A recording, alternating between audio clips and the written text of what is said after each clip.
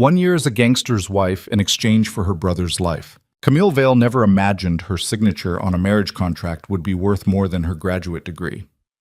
But when her younger brother faced 15 years in a Korean prison for a crime he didn't commit, she had no choice.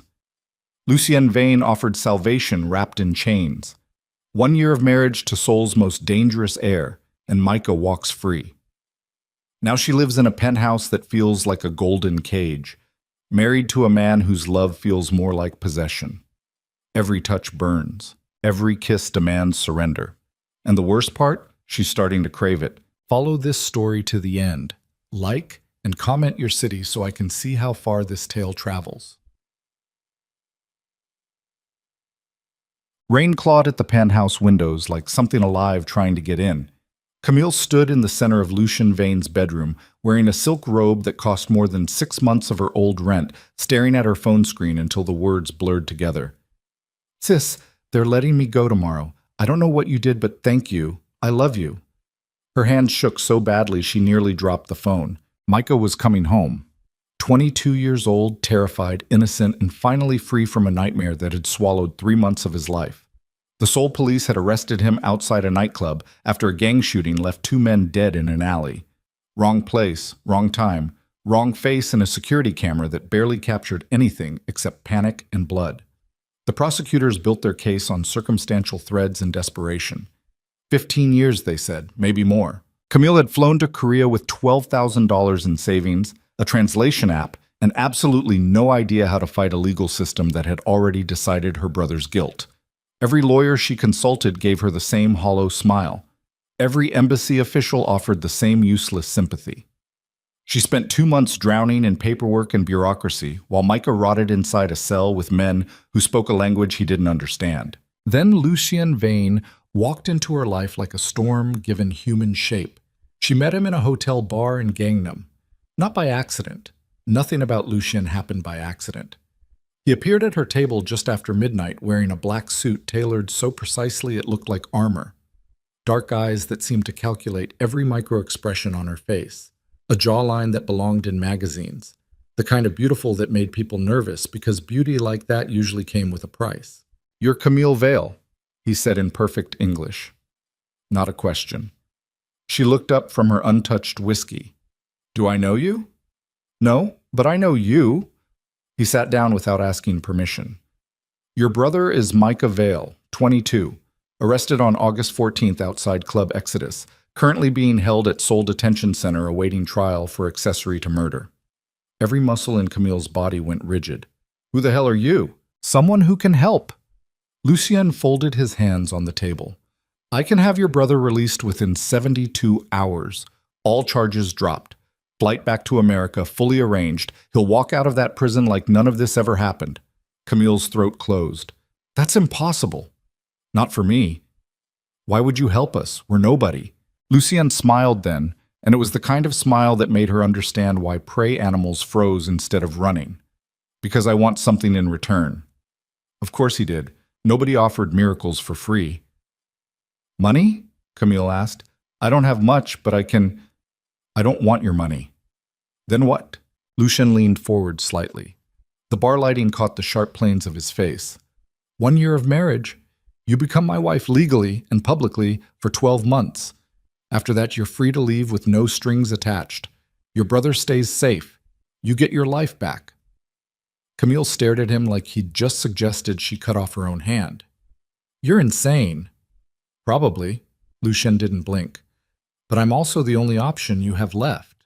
She wanted to throw her drink in his face, wanted to scream, wanted to tell him to go to hell.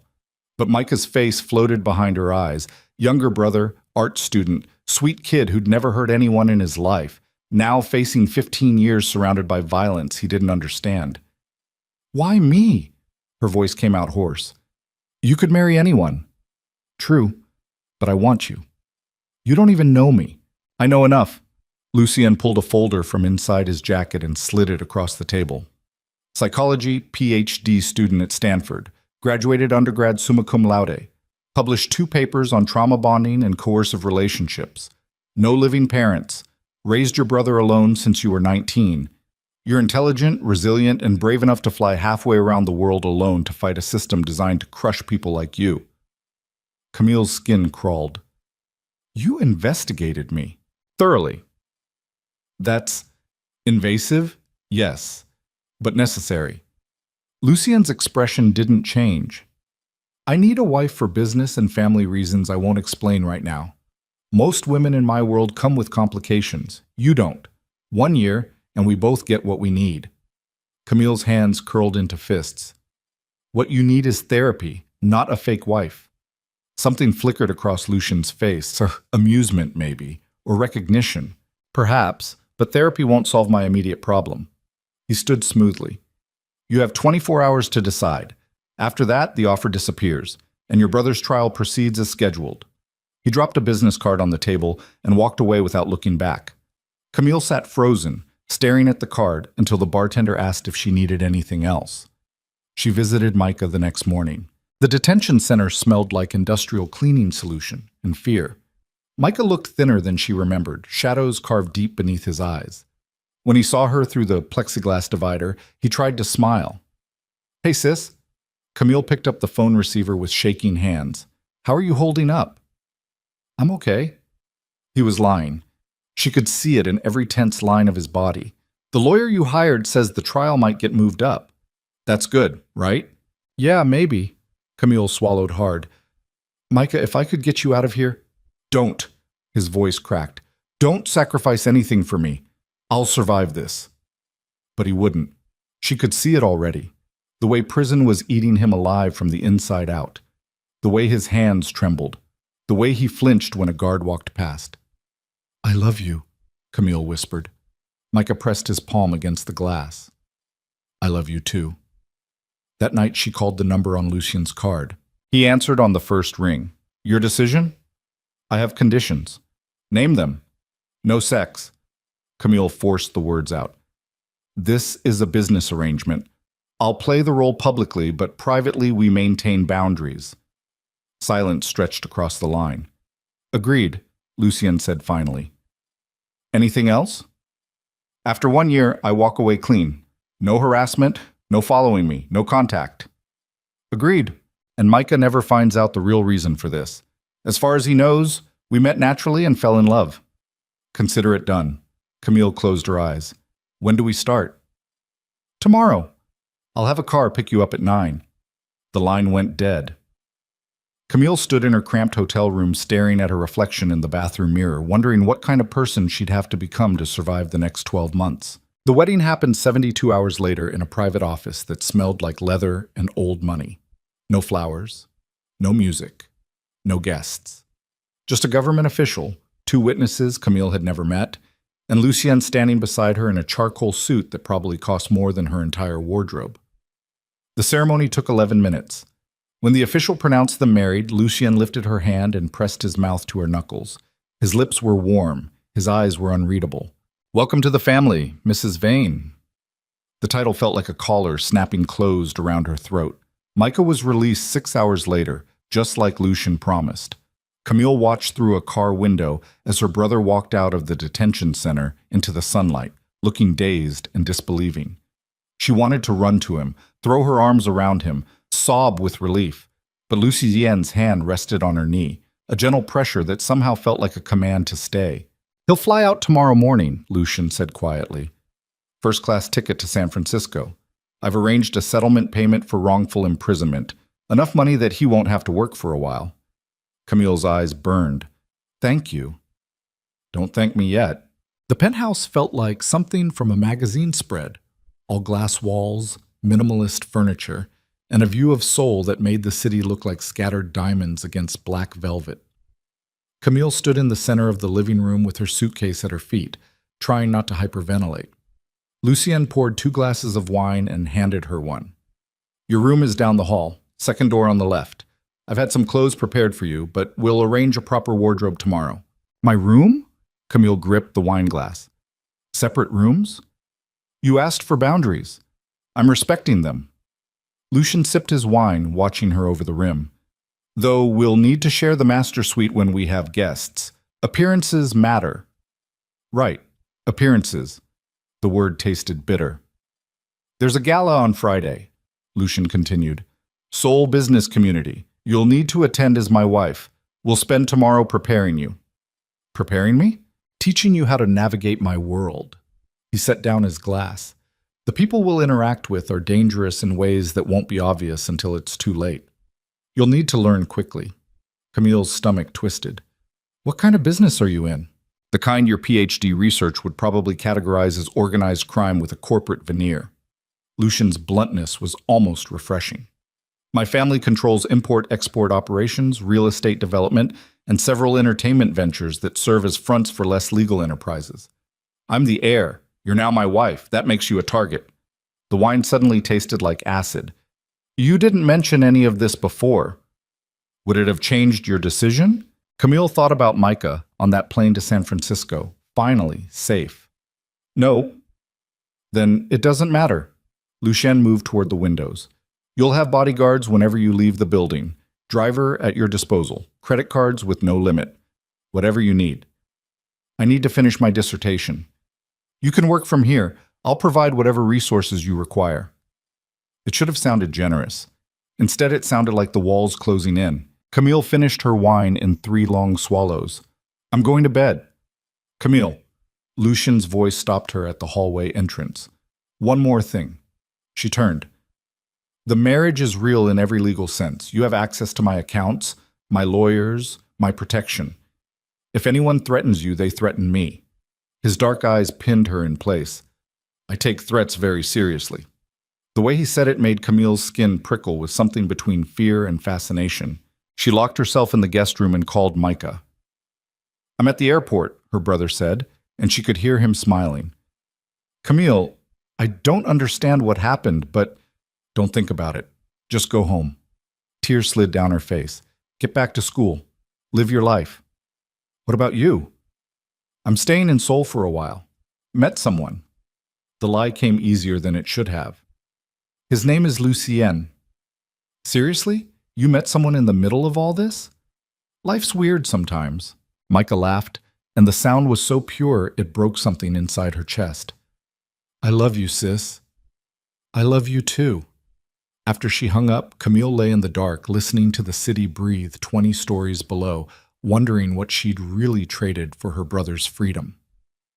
The next morning, Lucien woke her at 7 with a knock on the door.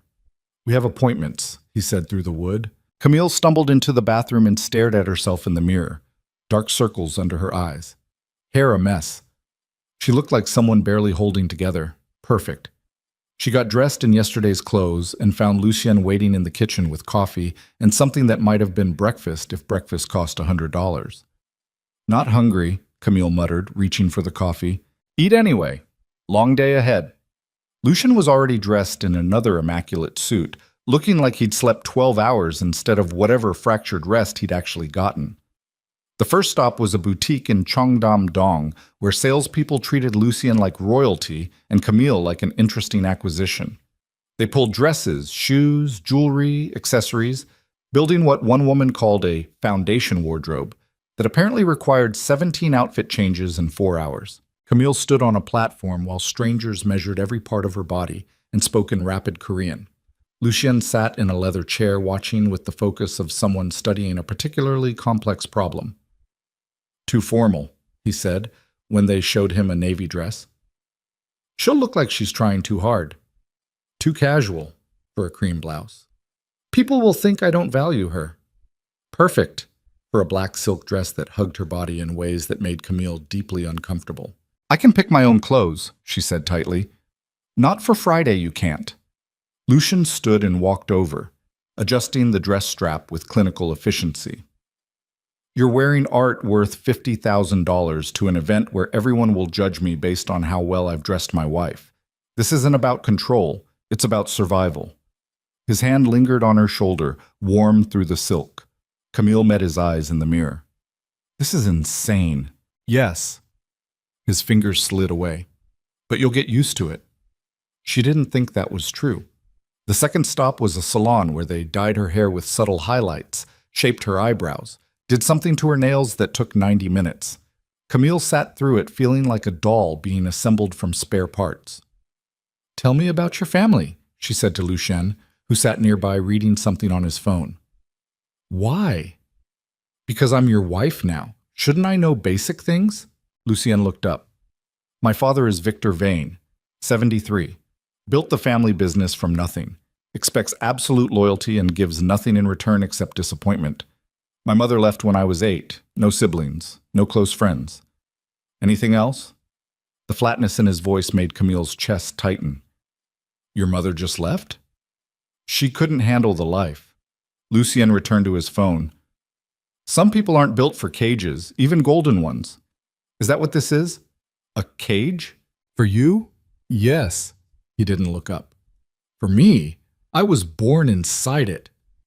Something about his tone made Camille want to reach across the space between them, but she didn't. The third stop was Lucien's office, a steel and glass tower in Gangnam where everyone moved aside when he walked through. They took a private elevator to the top floor where his office overlooked the entire city. Sit, Lucien said, gesturing to a chair across from his desk. Camille sat. He pulled a folder from a drawer and slid it toward her. Dossiers on the 15 most important people you'll meet Friday. Study them.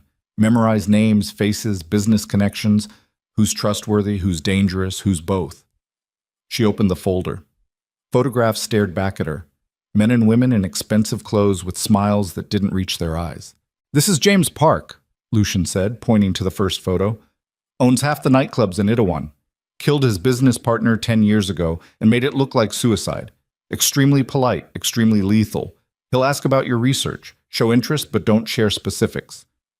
Why not? Because information is currency in my world, and you have exactly none to trade. Camille flipped to the next photo. A woman this time, 50s, elegant. Soo-min Choi, Lucien continued, real estate developer, also runs Seoul's most sophisticated money laundering operation. She'll compliment your dress and try to figure out where you came from. Be vague. How vague? Vague enough that she thinks you're hiding something important. Mystery makes you interesting. Being obviously ordinary makes you a weakness someone will exploit. The next hour passed in a blur of names and warnings. By the end, Camille's head pounded and her notes looked like a conspiracy theory. This is too much, she said. You'll manage. Lucien closed the folder. You're smarter than most people in that room. Use it. What if I mess up? Then I'll handle it. He said it like a fact. That's why you have me. The certainty in his voice should have been comforting. Instead, it felt like another chain clicking into place. That evening, they ate dinner in the penthouse. Some elaborate meal prepared by a private chef who disappeared before Camille could thank her. Lucien asked about her dissertation. She asked about his childhood. They circled each other verbally like strangers trying to figure out if the other person might suddenly pull a knife. Why did you really choose me? Camille asked over dessert. Lucien set down his fork. I told you, you fit my requirements. Bullshit. There are thousands of women who fit whatever requirements you think you have. Why me specifically? He was quiet for a long moment. You're different. How? Most people are easy to predict. You're not. He met her eyes. I find that interesting. It wasn't an answer, but it was the closest thing to honesty she'd gotten from him. What happens if I fail? Camille asked. If I can't do this? You won't fail. How do you know? Because you flew to another country with almost no money and no connections to fight for your brother. That kind of courage doesn't disappear just because the circumstances changed. Lucien stood, gathering dishes. Get some rest. Tomorrow we practice. Practice what? Being in love. He carried plates toward the kitchen. People need to believe this is real, or the whole arrangement falls apart. Camille watched him go, wondering if anything about this situation would ever feel less surreal. The next 3 days blurred together. Lucien taught her how to walk beside him without looking subservient, how to smile at strangers while revealing nothing, how to deflect personal questions, how to make physical contact look natural when every instinct screamed to maintain distance. Hand on my arm, Lucien instructed during one practice session. Not clutching, resting, like you're comfortable. Camille placed her hand on his forearm, his muscles tensed beneath her palm. Relax, she muttered. I am relaxed. You feel like granite. That's just how I'm built. but something in his voice sounded almost amused. They practiced walking through the penthouse together, Lucienne adjusting her posture, her pace, the angle of her head. It felt like learning choreography for a performance she never auditioned for. "What if someone asks how we met?" Camille asked. "Hotel bar. You were drowning your sorrows. I bought you a drink. We talked all night. Love at first sight." Lucienne stopped walking. "Cliché, but believable. No one will buy that you fell in love at first sight." "Why not?" "Because you're—" She gestured vaguely at all of him. "You, rich, powerful. You could have anyone. And I chose you." Lucienne moved closer. "That's the part that makes it believable. Powerful men often choose women who challenge them. You challenge me. I barely talked to you." "Exactly." He reached out and tucked a strand of hair behind her ear, the gesture so casual it felt rehearsed. Probably was. "Perfect. Do that thing with your eyes." "What thing?" "That annoyed glare. It makes the attraction more believable." Camille wanted to punch him. Instead, she glared. Lucienne smiled. "Beautiful." Friday arrived with storm clouds. Camille spent 2 hours getting ready. Makeup artist, hairstylist, the black silk dress that cost more than a semester of tuition. When she finally looked at herself in the full-length mirror, she barely recognized the woman staring back. Lucienne appeared in the doorway wearing a tuxedo that made him look like violence wrapped in elegance. "Ready?" he asked. "No." "Good. Fear makes you sharp." He offered his arm. "Remember, you're my wife. That means you're untouchable. Act like it." The gala was held in a hotel ballroom that looked like someone had weaponized luxury. Crystal chandeliers, string quartet, women in gowns that probably had their own insurance policies, men who smiled with teeth while their eyes calculated net worth and vulnerabilities. Camille held Lucienne's arm and tried to remember how to breathe. "Victor Vane, my father." Lucien's voice was flat as they approached an older man holding court near the bar. Victor was handsome in that weathered way some men achieved. Silver hair, sharp features, eyes that missed nothing. He looked at Camille the way someone might examine produce at a market. "So this is the American." Victor's English was perfect. "Psychology student, I'm told." "PhD candidate," Camille corrected before she could stop herself. Victor's eyebrows rose. "Intelligent, good. Lucienne needs someone who can think." He sipped his whiskey. "Tell me, what does a psychology expert make of my son?" The question felt like a trap. "I think he's more complicated than he appears." Diplomatic answer. Victor smiled without warmth. "Let's hope you survive finding out how complicated." Lucienne's hand tightened on Camille's waist. "We should circulate." The next hour was a nightmare of introductions and careful conversations.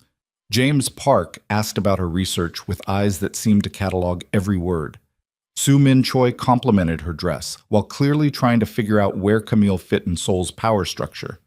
Everyone smiled, everyone lied, everyone watched. Camille felt like prey surrounded by predators wearing evening wear. "You're doing well," Lucian murmured during a rare quiet moment. "I feel like I'm drowning." "That's normal." His hand rested at the small of her back. Another hour. But 20 minutes later, everything shattered. A woman approached them near the windows, early 30s, stunning, wearing red like war paint. She looked at Lucienne with something raw and broken in her eyes. "Serafina." Lucien's voice went cold. "I didn't know you'd remarried." The woman's smile was all edges. "Congratulations." Camille felt tension pour off Lucienne in waves. "Thank you." He was already trying to steer Camille away. "Enjoy your evening." But Serafina stepped closer, eyes locked on Camille. "Be careful. He'll love you until there's nothing left." "Serafina." Warning in his tone now. "Ask him about the others," Serafina continued, voice rising. "Ask him what happened to the women before you." Security appeared from nowhere. 2 men in suits who flanked Serafina with polite but absolute firmness. "Time to go," one said quietly. Serafina laughed, a sound like breaking glass, as they escorted her toward the exit. Camille's blood felt ice cold. "Who was that?" "No one important." Lucian's jaw was carved from stone. "She knew you. She knew about—" "We're leaving." Not a suggestion. The car ride back to the penthouse was silent, except for rain hammering the windows. Lucien stared straight ahead, barely breathing.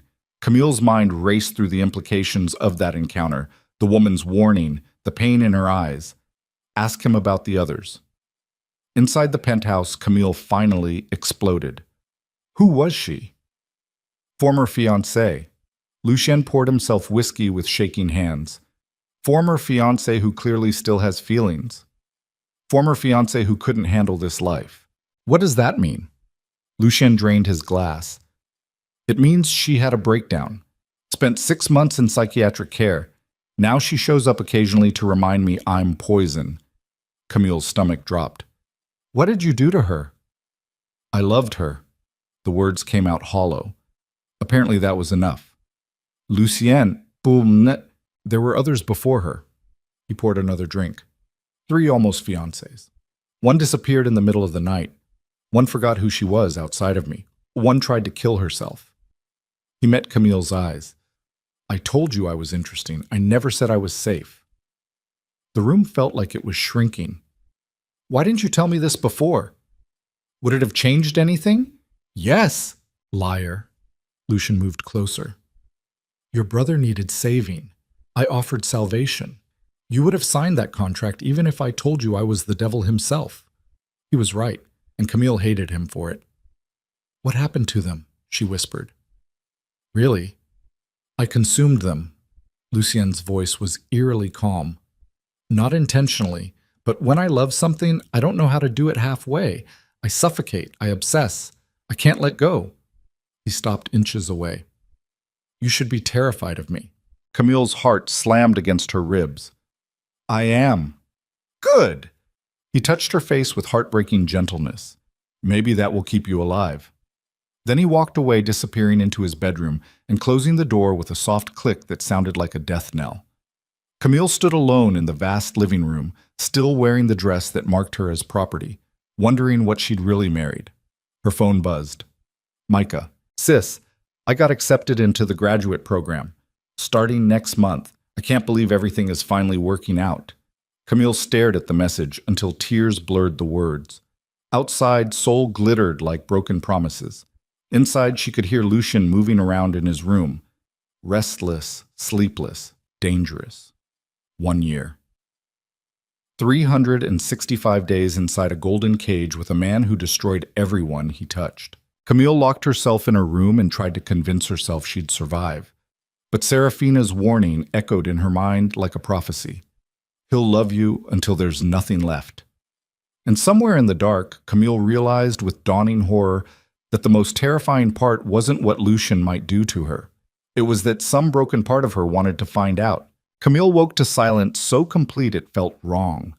No traffic sounds, no voices, just the hum of climate control and her own heartbeat drilling against her eardrums. She lay in the guest room bed, staring at the ceiling, watching dawn light crawl across white paint like something trying to escape. 3 weeks had passed since the gala. 3 weeks of existing in the same space as Lucien while maintaining careful distance.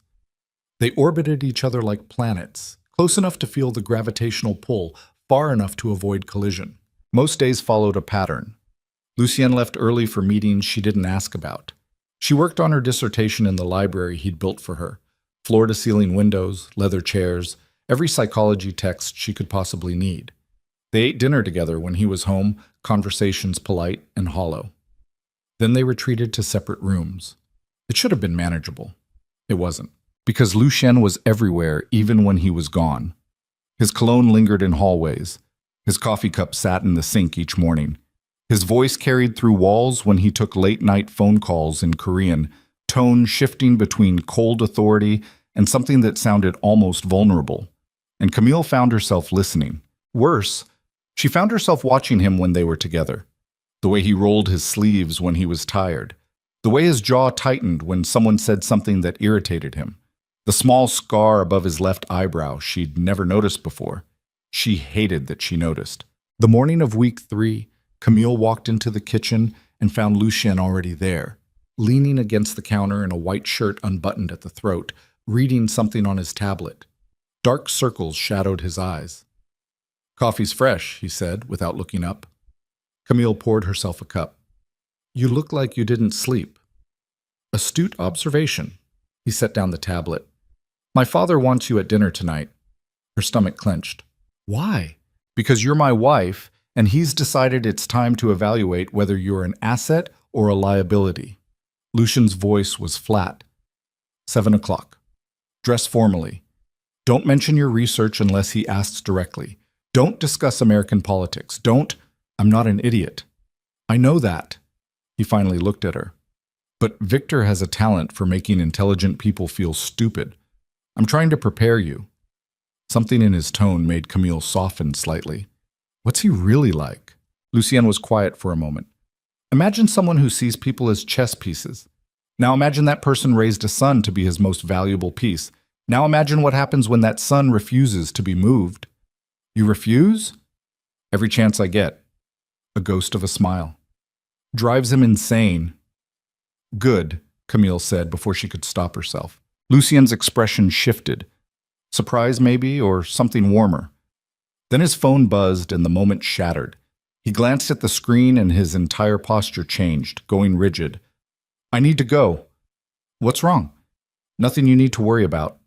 He grabbed his jacket. I'll be back by 6. Be ready. He was gone before she could respond. Camille spent the day trying to work on her dissertation and failing spectacularly. Her research focused on trauma bonding in coercive relationships, the psychological mechanisms that kept victims attached to their abusers. She'd chosen the topic because it felt important, because understanding could maybe help people escape. Now she lived inside a textbook case and couldn't see the exit signs. Around 4 o'clock, her phone rang. Unknown number. Hello? Is this Camille Vale? A woman's voice, Korean accent, nervous. Yes, who is this? My name is Dr. Han Min-ji. I was Serafina's therapist after... A pause. After she left Lucian Vane, Camille's blood went cold. How did you get my number? Serafina gave it to me. She saw you at the gala. She's worried about you. I don't need... Please, just listen. Dr. Han's voice dropped. I've treated 3 women who were involved with Lucian, all presented with similar symptoms. Dissociation, identity confusion, severe anxiety. They described a pattern of behavior that's clinically consistent with psychological manipulation. Camille's hands started shaking. He hasn't done anything to me. Yet. But he will. It's not intentional. I genuinely believe he doesn't understand what he's doing, but the outcome is the same. Papers rustled on the other end. He isolates. He overwhelms. He makes himself indispensable. And by the time you realize you've lost yourself, it's too late to remember who you were. Why are you telling me this? Because you're a psychology researcher. You understand these mechanisms intellectually. Maybe that will be enough to protect you. Dr. Han paused. Or maybe it will make it worse because you'll see it happening and be unable to stop it. I signed a contract, Camille heard herself say. 1 year, then I'm free. That's what they all thought. The line went quiet for a moment. My number will be in your call history. When you need help, and you will, please use it. The call ended. Camille stood in the library holding her phone, trying to breathe normally. Everything Dr. Han described, the isolation, the overwhelming presence, the slow erasure of self, she'd written about those exact patterns in her own research. She knew the warning signs, she knew the trajectory, and she was already halfway down it. The realization hit like a fist to the chest. She needed to move, do something, anything. She grabbed her bag and headed for the door. One of Lucian's bodyguards appeared immediately. Mrs. Vane, where are you going? Out. Mr. Vane instructed. I don't care what Mr. Vane instructed. Camille's voice came out sharper than intended. I'm taking a walk. The bodyguard's expression didn't change. I'll accompany you. No? I'm afraid that's not... Am I a prisoner here? Silence stretched between them. No, ma'am, the bodyguard said finally. But Mr. Vane will be informed of your departure. Fine, inform away. Camille made it 3 blocks before the panic attack hit. She ended up sitting on a bench in a small park, head between her knees, trying to remember how to pull air into her lungs. People walked past speaking Korean, living normal lives, completely unaware that she was drowning in the middle of their afternoon. Her phone buzzed. Lucian, where are you? She stared at the message. Part of her wanted to ignore it. Part of her wanted to throw the phone in the nearest trash can and keep walking until she hit the ocean. Instead, she typed back, "Park near the apartment. Needed air." 3 dots appeared immediately. Disappeared. Appeared again. "Stay there. I'm coming."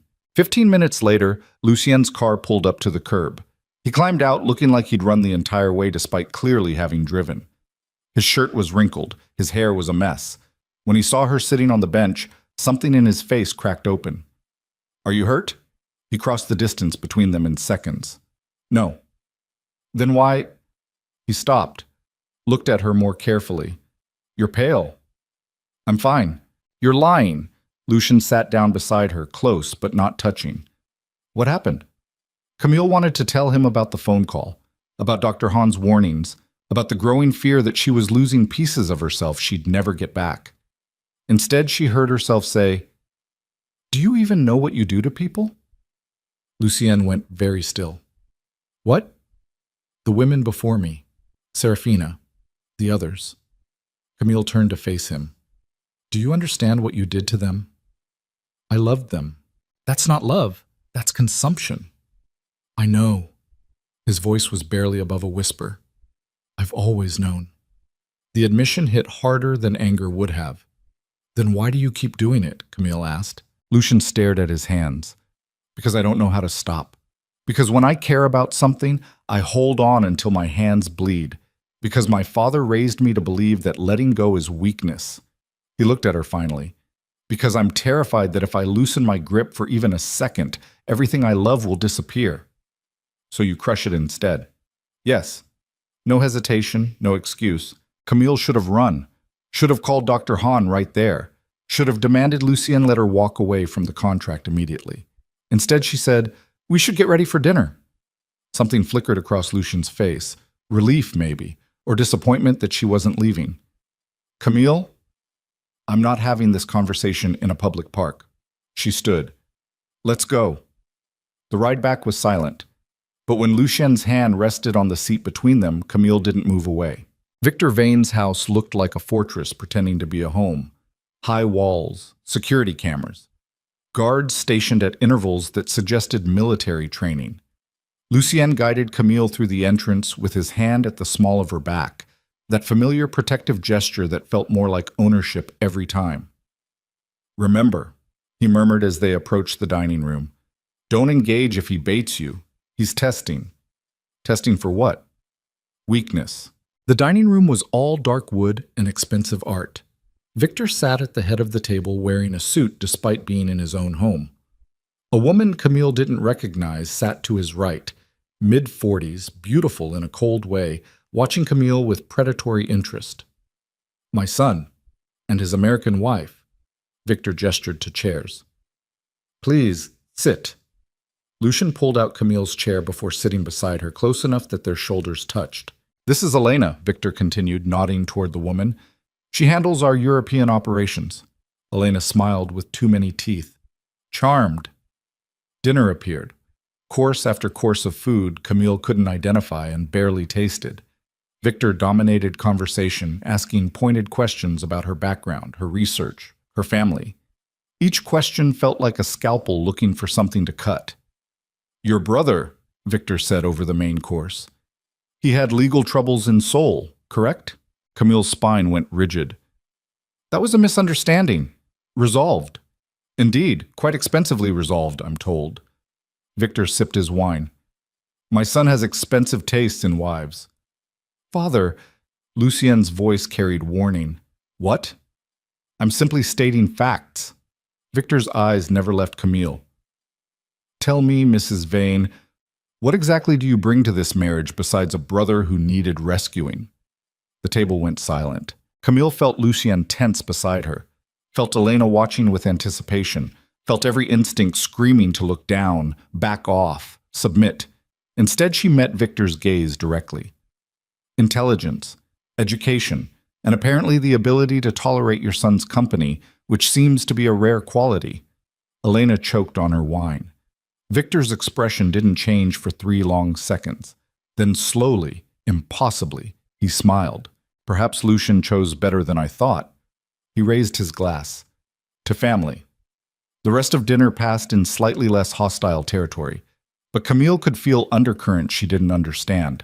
Looks exchanged between Victor and Elena, tension in Lucien's shoulders that never fully released. After dessert, Victor invited Lucien to his study for brandy. The invitation didn't include Camille. "I'll wait in the car," she said. "Elena will keep you company." Victor's tone made it clear this wasn't a suggestion. Camille watched Lucien disappear into the study, then found herself alone in an ornate sitting room with a woman who looked at her like something to dissect. "You're braver than the others," Elena said, lighting a cigarette despite being indoors. "Or more foolish. I haven't decided." "Others?" "The previous fiancés, they all had that same wide-eyed terror. You just have," she gestured vaguely, "resignation maybe, or determination?" Camille didn't respond. "He told you about them, didn't he?" Elena continued. "The ones who didn't survive him. That's good. At least you know what you're dealing with." "Why do you care?" "I don't." Elena blew smoke toward the ceiling.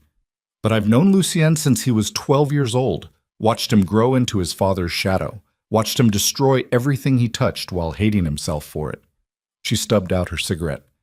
"I'm curious if you'll be the one who breaks the pattern, or if you'll just be another casualty." "What pattern?" "The vain men love like fire. Beautiful, consuming, deadly." Elena stood. "Victor destroyed Lucien's mother. Lucien destroys everyone who gets close. It's generational trauma masquerading as devotion." Before Camille could respond, the study door opened. Lucien emerged looking like he'd aged 5 years in 30 minutes. His jaw was clenched so tight she could see muscles jumping. "We're leaving," he said flatly. Victor appeared behind him. "So soon?" "Yes." Lucien took Camille's arm. "Thank you for dinner." They were in the car before Camille could say goodbye. Lucien drove instead of using the driver. Drove too fast, hands white-knuckled on the steering wheel, jaw locked in fury.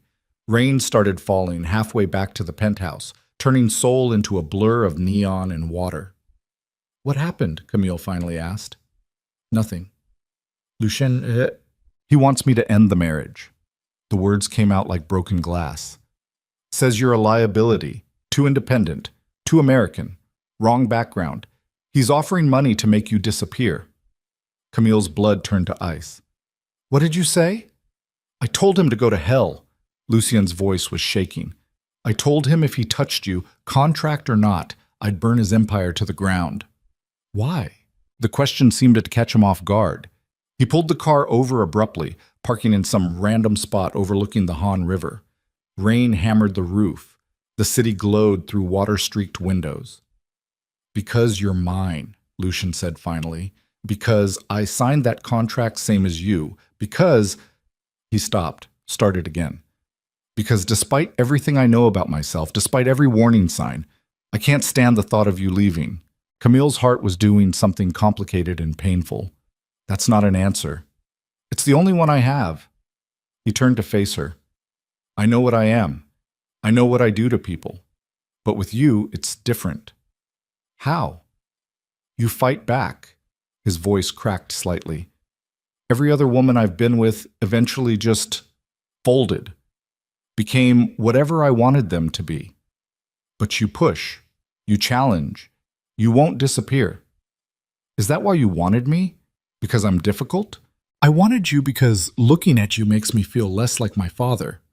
Lucien reached out slowly, giving her time to pull away. When she didn't, he touched her face with heartbreaking gentleness. "You make me want to be different. I don't know if I can be, but you make me want to try." Camille should have recognized the manipulation. Should have seen the pattern Dr. Han warned about. Should have understood this was exactly how trauma bonding worked. The cycle of intensity and vulnerability that kept victims attached.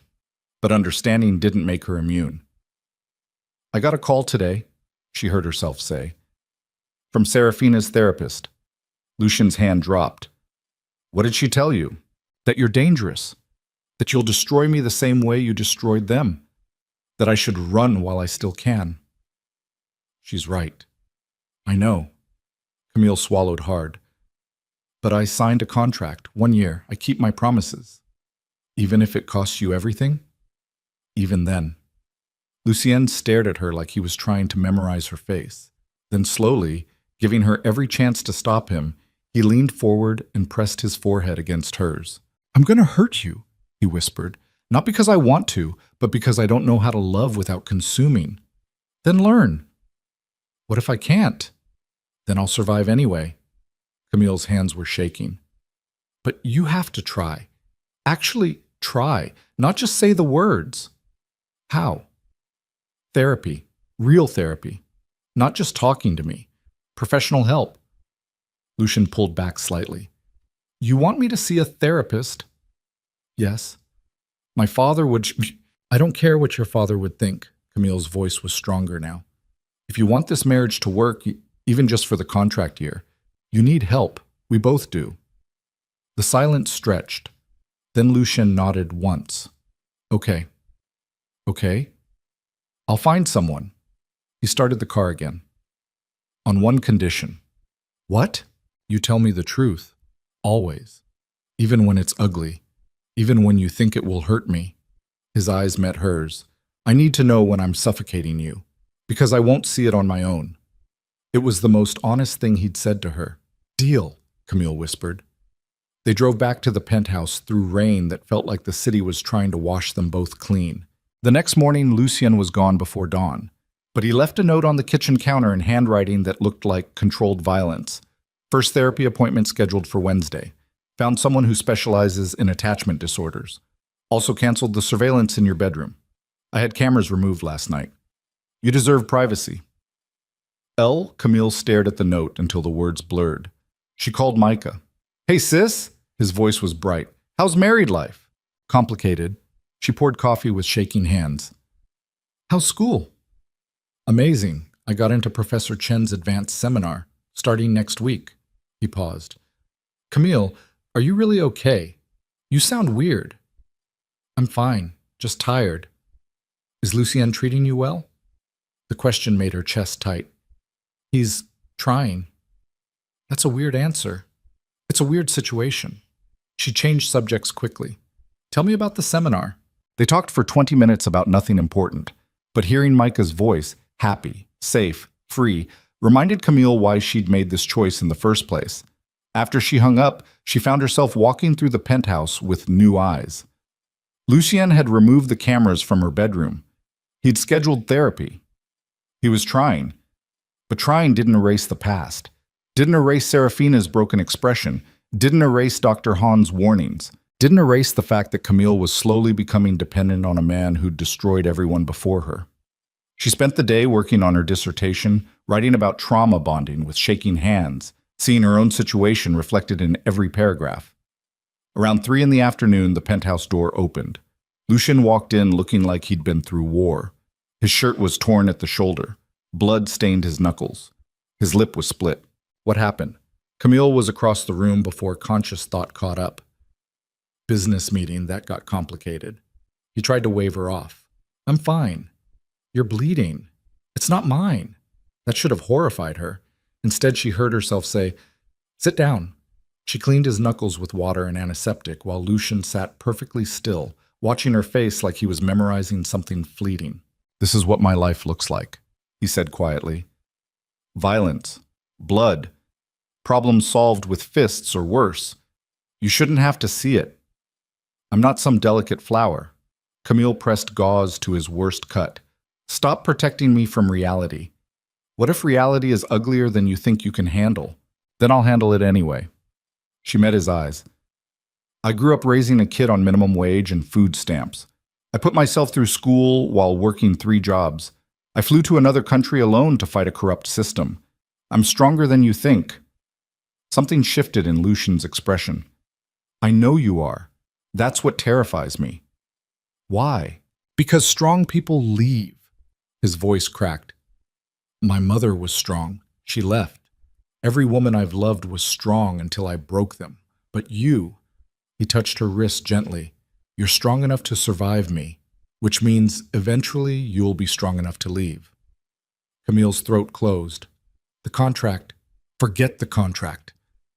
Lucien stood abruptly. "I don't want you here because of a piece of paper. I want you here because you choose it. I don't know if I can give you that. I know. He moved toward his bedroom. But I'm asking anyway.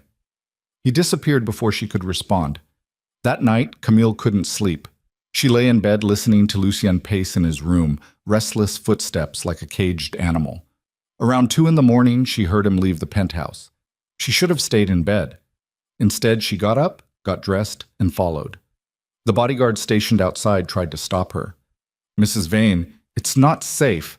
Where did he go? The guard hesitated. I can't. Tell me or I'll walk out into Seoul alone at 2 in the morning and see what happens. The underground club in Itaewon, the one owned by James Park. Camille grabbed her coat. The club was exactly what she expected. Dark, loud, smelling like expensive alcohol and poor decisions.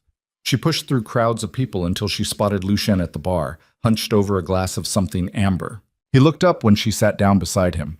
No surprise in his expression, just resignation. How did you find me?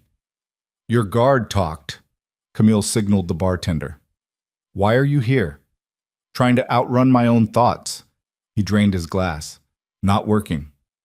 What happened today? Really? Lucien was quiet for a long moment. Then, my father sent men to test you. See if you were strong enough to handle this world. They followed you to that park. Planned to scare you. Make you run. Camille's blood went cold. What? I found out an hour later. Went to have a conversation with the men he sent. Lucien's voice was flat. The blood on my hands was theirs. You beat them because they followed me? I beat them because they terrified my wife. He looked at her finally. Because the thought of you being scared made me lose my mind. That's not normal, healthy, proportionate? Lucien laughed bitterly. I know, but I can't seem to help it. Camille should have been horrified, should have seen this as the ultimate red flag, should have walked out and never looked back. Instead, she found herself understanding. Your father is dangerous, she said. He's trying to break you, break us. Lucien's jaw clenched. He thinks if he applies enough pressure, you'll leave and I'll come crawling back to him. Will you? Never. The word came out like a vow. I'd rather burn everything to the ground. The intensity in his voice sent chills down Camille's spine. They sat in silence while music pounded around them. Then Lucien stood and offered his hand. Dance with me. I don't. Please. Camille took his hand. On the crowded dance floor, surrounded by strangers, Lucien pulled her close, one hand at her waist, the other cradling her neck. They swayed slowly despite the fast tempo, creating their own rhythm. I'm trying, he said against her hair. I know it doesn't look like it, but I'm trying not to be him. I know. Do you? Camille pulled back enough to see his face. Yes, but trying isn't enough. You need to actually change. What if I can't? Then I'll leave when the year is up. The truth hurt to say. Contract or not, I won't let you destroy me. Lucien looked like she'd stabbed him, but he nodded. Fair. They danced until the music changed, until the crowd thinned, until Seoul started waking up outside. In the car ride home, Lucien's hand found hers in the dark. Camille didn't pull away. They were playing with fire. She knew that. Knew every choice she made dragged her deeper into his orbit. Knew Dr. Han was right about the pattern, but knowing didn't make her immune. The next week passed in careful détente. Lucien went to his first therapy appointment and came back looking like he'd been flayed alive. He didn't talk about it. Camille didn't push. They fell into new routines. Morning coffee together, dinners where they actually talked, small touches that lasted longer than necessary. It felt almost normal. That should have been her first warning. On Thursday night, Camille woke to voices in the living room. Lucien speaking Korean in tones that ranged from cold to furious. She crept to her door and listened. The conversation lasted 15 minutes, then silence. She opened her door to find Lucien standing in the dark hallway, phone still in his hand, looking destroyed. What happened? My father knows about therapy. His voice was hollow. He's threatening to cut me out of the business. Says I'm weak, compromised. Let him. Lucien looked at her like she'd suggested he cut off his own arm. You don't understand. The business is everything. It's my inheritance, my identity, your cage. Camille moved closer. You said you wanted to be different from him. This is how you walk away. I can't just, yes, you can. She took his face in her hands, forcing him to look at her. You're 28 years old, brilliant, wealthy in your own right. You don't need his empire. You need freedom from it. He'll destroy us both. Then we'll survive together. The words hung in the air between them, heavier than either expected. Lucian kissed her. Not calculated, not strategic, just desperate and raw and real. Camille kissed him back. They stumbled into his bedroom, still tangled together, months of tension finally breaking. His hands shook as he touched her. Her breath came in gasps. They pulled at clothes and skin and boundaries that should have stayed intact. Wait. Lucian pulled back, breathing hard. The contract. We agreed no... I don't care about the contract. Camille's voice was wrecked. I care about this. You'll regret it. Probably. She kissed him again. But that's my choice. What happened next felt like falling and flying at the same time. Afterward, they lay tangled in sheets while Sol glowed outside the windows. Lucien traced patterns on her shoulder blade, like he was trying to memorize her through touch. This changes everything, he whispered. I know. You should run. I know that too. He pulled her closer. But you're not going to. No. Camille turned to face him. But if you hurt me, I will. Eventually. His honesty was brutal. But I'll try not to. It was the best promise he could give. Camille fell asleep in his arms, wondering if trying would be enough. She woke to chaos, gunfire, screaming alarms. Lucian throwing himself over her body, shielding her from something she couldn't see. Bathroom, now! His voice was command, not request. Camille scrambled across the floor while bullets shattered windows. The world had become noise and terror and breaking glass. Lucien shoved her into the marble bathroom and locked the door. Stay here. Don't open this for anyone except me. Lucien, but he was already gone. Camille crouched into the bathtub, hands over her ears, trying to remember how to breathe. Minutes passed like hours. The gunfire finally stopped. The silence that followed was somehow worse. Then the bathroom door exploded inward. A masked man grabbed her arm violently, yanking her to her feet. You're coming with us. Camille fought, kicked, screamed. Then the man's head erupted in blood and brain matter. He collapsed at her feet, dead before he hit the marble. Lucien stood in the ruined doorway holding a pistol, smoke curling from the barrel. He wore only pants, torso bare and spattered with blood that might or might not be his. But it was his eyes that stopped her heart. No warmth, no humanity, just cold, lethal calculation. This was who he really was. Not the man who tried therapy. Not the man who held her while she slept. This was the heir to the vain empire. A man raised to kill. Look at me. Lucien crossed to her, stepping over the corpse like it was furniture. Only me. He touched her face with blood-stained hands. Are you hurt? Camille couldn't speak, couldn't breathe, couldn't process what she'd just seen. Lucien holstered his weapon and lifted her like she weighed nothing. Carried her through hallways littered with bodies, from some wearing masks, some wearing the suits of his security team. The penthouse was destroyed. Bullet holes, shattered glass, blood on white walls. He carried her down hidden stairs into an underground safe room she hadn't known existed. Steel door, emergency lights, supplies stacked against walls. Lucien set her down gently on a cot and knelt in front of her. Breathe, he said softly. In through your nose, out through your mouth. Come on, Camille, breathe with me. She focused on his voice, his face, the steady rhythm he was demonstrating. Slowly, her lungs started working again. What happened? Her voice came out hoarse. Rival family. They wanted leverage against my father. Lucian's jaw clenched. They thought taking you would give them that. Did you kill them? Some. My security killed the rest. How many? Does it matter? Yes. 12. No hesitation, no regret. Camille stared at him. This man who held her gently while casually discussing a dozen deaths. This man who kissed her like she was precious, while covered in someone else's blood. "This is who I am," Lucian said quietly. "Violence. Death. Obsession. I would burn entire cities before letting someone take you from me." The words should have terrified her. Instead, Camille grabbed his face and kissed him with desperate force. Because she'd just faced death. Because he'd killed to protect her. Because some broken part of her understood that in his world, this was love. Lucian kissed her back like a dying man finding oxygen. And in that underground room, surrounded by emergency rations and steel walls, everything Camille thought she knew about herself shattered completely.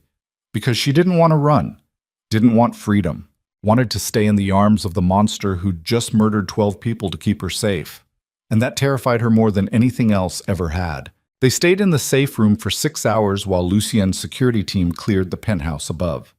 Camille sat on the cot with a blanket wrapped around her shoulders, watching Lucien pace like a caged predator. He'd cleaned the blood off, but still wore only pants, muscles coiled tight beneath skin that looked too pale in the fluorescent lighting. His phone rang constantly. He answered in clipped Korean, voice shifting between cold authority and barely controlled rage. Each call seemed to wind him tighter. Around dawn, he finally sat down beside her. "It's safe to go up now." Camille didn't move. "Who were they?" "The Choi family, Sumin's organization." Lucien's jaw clenched. "Apparently my father's been at war with them for months. Nobody thought to mention it to me." "Why would they come after me?" "Because hurting you hurts me, and hurting me weakens my father." He stood abruptly. "This is the world I live in. The world you're trapped in now because I was selfish enough to drag you into it. You didn't drag me. I chose this. To save your brother, not to become a target." Camille pulled the blanket tighter. "What happens now?" "Now we deal with the aftermath." Lucien offered his hand. "Come on. We need to move to a secure location until I can figure out our next step." The penthouse looked like a war zone. Cleanup crews worked silently, replacing windows, scrubbing blood from marble, removing bullet-riddled furniture. Camille tried not to look at the stains on the walls, tried not to imagine what had happened in each spot. She packed a bag with shaking hands while Lucien made more phone calls. 20 minutes later, they were in an armored car heading to a location he wouldn't name. The safe house turned out to be a compound in the mountains outside Seoul. High walls, armed guards, sophisticated security systems. Remote enough that the nearest neighbor was miles away. Isolated enough that screaming wouldn't carry.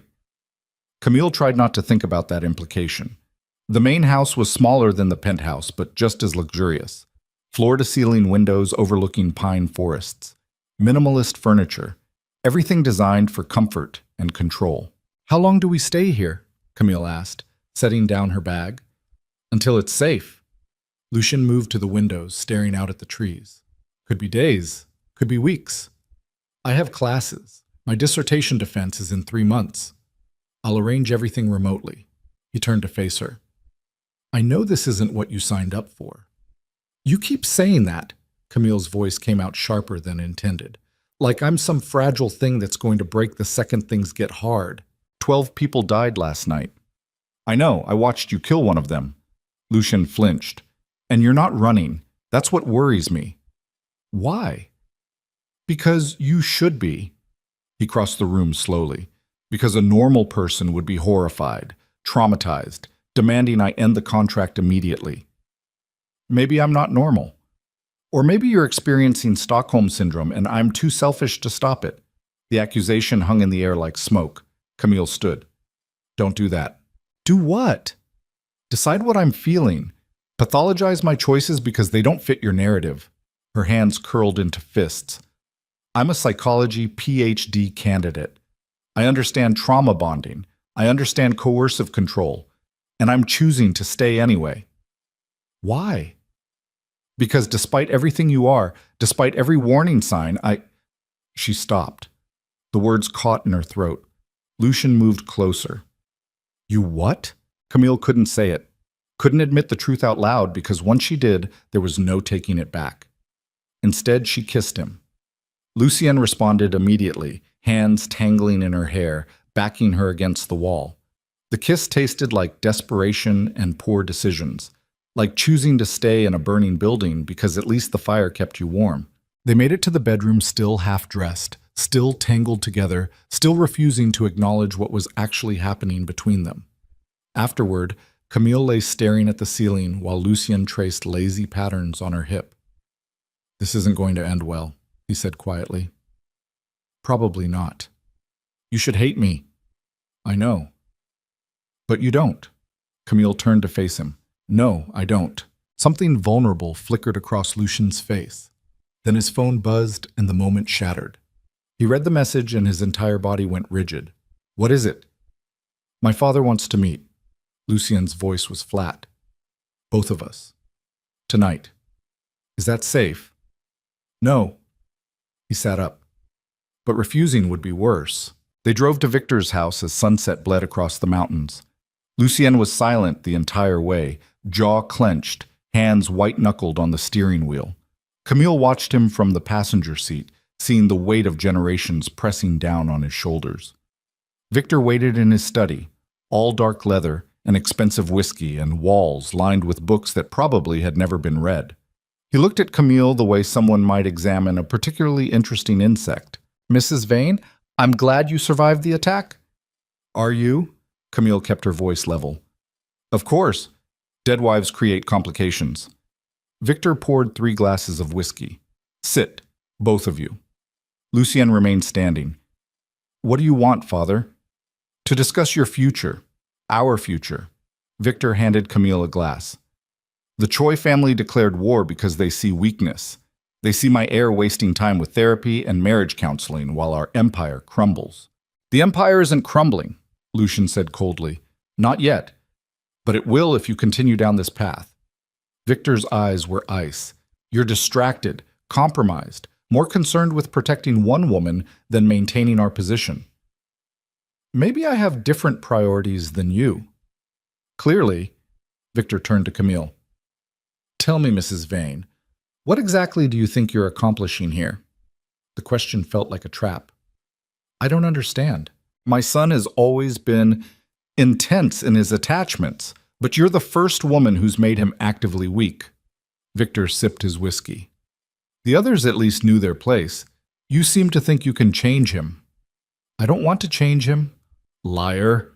The word was almost gentle. "You want him to be something he's not, something softer, something human. But the Vane men aren't built that way."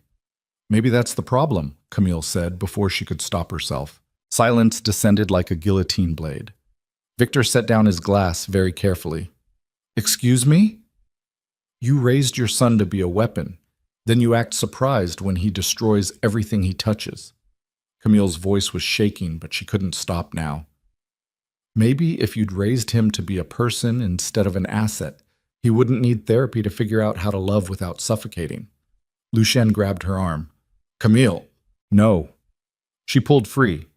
"I'm done being polite to people who treat humans like chess pieces." Victor studied her for a long moment. Then impossibly, he smiled. "Elena was right. You are different."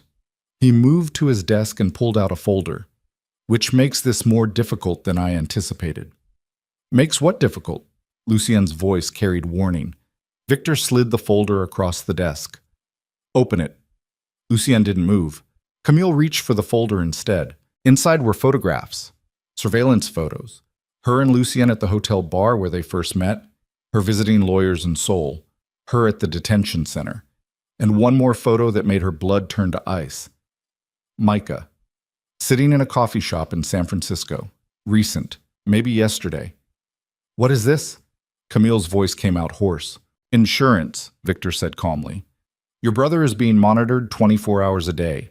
If anything happens to me, if Lucien continues to defy me, if you become more trouble than you're worth, accidents happen." The world tilted sideways. "You're threatening my brother?" Camille couldn't breathe properly. "I'm simply clarifying the situation." Victor's expression didn't change. "You wanted to know what you're accomplishing here? You're keeping your brother alive. As long as you continue to play your role, he remains safe." "You son of a—" Lucien lunged forward. Security appeared from nowhere, blocking his path. 3 men who moved with military precision. "Sit down, Lucien," Victor's voice was steel. "Or your wife's brother dies tonight." Lucien froze. Pure rage contorted his features into something inhuman. Camille stood slowly, legs shaking. What role exactly are you talking about? The compliant wife. The woman who doesn't make my son weak. Victor walked around his desk. You will stop encouraging therapy. Stop questioning our business. Stop trying to make Lucien into something he's not. You will be decorative, silent, and forgettable. And if I refuse, then Micah Vale dies in what will appear to be a very tragic mugging. Victor's tone was conversational. San Francisco is such a dangerous city. Camille felt something break inside her chest. You're a monster. I'm a businessman who understands leverage. Victor picked up his whiskey. The question is whether you understand it too. Father, Lucian's voice was barely controlled. If you touch her brother, you'll what? Kill me? Victor laughed. You're my son, my heir, my greatest creation. You wouldn't survive the guilt. Try me. The threat hung in the air between them like a loaded gun. Victor's expression finally shifted, something that might have been disappointment or pride. You really would, wouldn't you? For her. Yes. Then she's more dangerous than I thought. Victor moved back to his desk. Which means we need a new arrangement. He pulled out a document, set it in front of Camille. This is an amendment to your marriage contract. You will sign it tonight. It gives me legal authority over both you and your brother in the event of, let's call them behavioral issues. Camille stared at the paper. Legal jargon that essentially made her Victor's property. I won't sign that. Then your brother dies. Victor checked his watch. You have 60 seconds to decide. Don't do this, Lucien said to his father. Please, I'll do whatever you want. Just leave them alone. What I want is for you to stop being weak, and she makes you weak. Victor's eyes never left Camille. 40 seconds. Camille's mind raced. Every psychology principle she'd ever studied, every case of coercive control, every warning about giving abusers more power. She looked at Lucien, saw the anguish in his face, the helplessness, saw the man she'd stupidly fallen for being crushed under his father's thumb. 20 seconds. Her hand reached for the pen. Camille, no. Lucien moved forward. Security grabbed him, held him back while he fought against them with animal desperation. Camille signed the document with shaking hands. Victor smiled. Excellent decision. The security released Lucien. He stumbled forward, grabbing the document, staring at her signature like it was a death warrant. Get out, Victor said pleasantly. Both of you. And remember, I'm watching. The drive back to the safe house was silent, except for Lucien's ragged breathing. He drove too fast, knuckles white, jaw clenched so tight, Camille thought his teeth might crack. Inside the house, he finally exploded. Why did you sign it? He threw his keys across the room. Why did you give him that kind of power? Because he was going to kill Micah. I would have stopped him. How? Camille's voice cracked. He had 3 armed men in that room. He has people watching my brother across an ocean. How exactly would you have stopped him? Lucien punched the wall hard enough to crack plaster. Blood welled on his knuckles. This is my fault. His voice was wrecked. I brought you into this. I made you a target. Stop. Camille crossed to him. This isn't about blame. This is about survival. You gave him legal control over your life. To keep Micah safe. I'd do it again. Lucien looked at her like she'd stabbed him. You don't understand what you've done. My father doesn't make empty threats. That contract means if you step out of line, he can destroy everything you love, including your brother, including your future. Then I won't step out of line. You can't sustain that. You're not built to be silent and compliant. Then I'll learn. Camille took his bloodied hands. I survived poverty. I survived losing my parents. I survived watching my brother face 15 years in prison. I'll survive this too. At what cost? Whatever it takes. Lucien pulled away, walked to the windows, stared out at darkness. I should let you go, he said quietly. Honor the original contract. Give you freedom even if it destroys me. You can't, not anymore. Your father made sure of that. Then I've trapped you. We trapped each other. The words settled between them like ash. Camille moved behind him, wrapped her arms around his waist, felt him trembling with rage or grief or both. I hate him, Lucian whispered. I hate what he's done to us. I know. I want to kill him. I know that too. They stood like that for a long time while the night deepened outside. Finally, Lucienne turned in her arms, looked at her with eyes that held too much pain. I'm going to fix this, he said. How? I don't know yet, but I will. He touched her face gently. I promise you, whatever it takes. Camille wanted to believe him, wanted to think love and determination could overcome generational trauma and criminal empires, but she'd studied enough psychology to know that promises made in desperation rarely held. That night, she lay awake while Lucien slept fitfully beside her. His phone sat on the nightstand, screen lighting up periodically with messages he didn't answer. Around 3 a.m, curiosity won. Camille picked up the phone, tried his passcode. His birthday, easy guess. The phone unlocked. She shouldn't have looked, should have respected his privacy, should have trusted him. But Victor's words kept echoing in her mind. The others at least knew their place. She opened his messages. Most were business, deals, shipments, things she didn't understand and didn't want to. Then she found a thread with Elena. The messages went back months. Before Camille, before the contract. Found her. Psychology student. Perfect profile. Are you sure about this? The last one barely survived. This one's different, stronger, she'll last longer. What happens when she figures it out? She won't, not until it's too late. Camille's hands started shaking. She scrolled up, found more messages, photos of her, at Stanford, at her apartment, walking to class, research reports, psychological evaluations, details about her childhood, her trauma, her vulnerabilities. Everything carefully analyzed and weaponized. And finally, the message that made the world stop spinning, target acquired, beginning approach phase, father approves the selection. This one should successfully breed without psychological deterioration. The phone slipped from Camille's hands. Breed, selection, target. Every word was a knife. She stood on shaking legs, backed away from the bed, from Lucien sleeping peacefully like he hadn't orchestrated her entire life. The bathroom. She made it to the bathroom before vomiting. None of it had been real. Not the chance meeting at the hotel bar. Not his interest in her specifically. Not the contract offered out of nowhere. He'd been hunting her for months, studying her, choosing her like livestock, and she'd fallen for every second of it. Camille splashed water on her face with shaking hands, looked at herself in the mirror, saw a woman who'd been played so perfectly she never stood a chance. When she came out of the bathroom, Lucien was awake. He took one look at her face and knew. You looked at my phone. It wasn't a question. Camille laughed, a sound like breaking glass. Target acquired. That's what you called me. A target. Lucien sat up slowly. I can explain. You've been watching me for months, planning this, every detail calculated. Her voice was eerily calm. The hotel bar wasn't chance. You engineered the entire meeting. Yes. The admission was worse than any lie. Why? Camille's voice cracked. Why me specifically?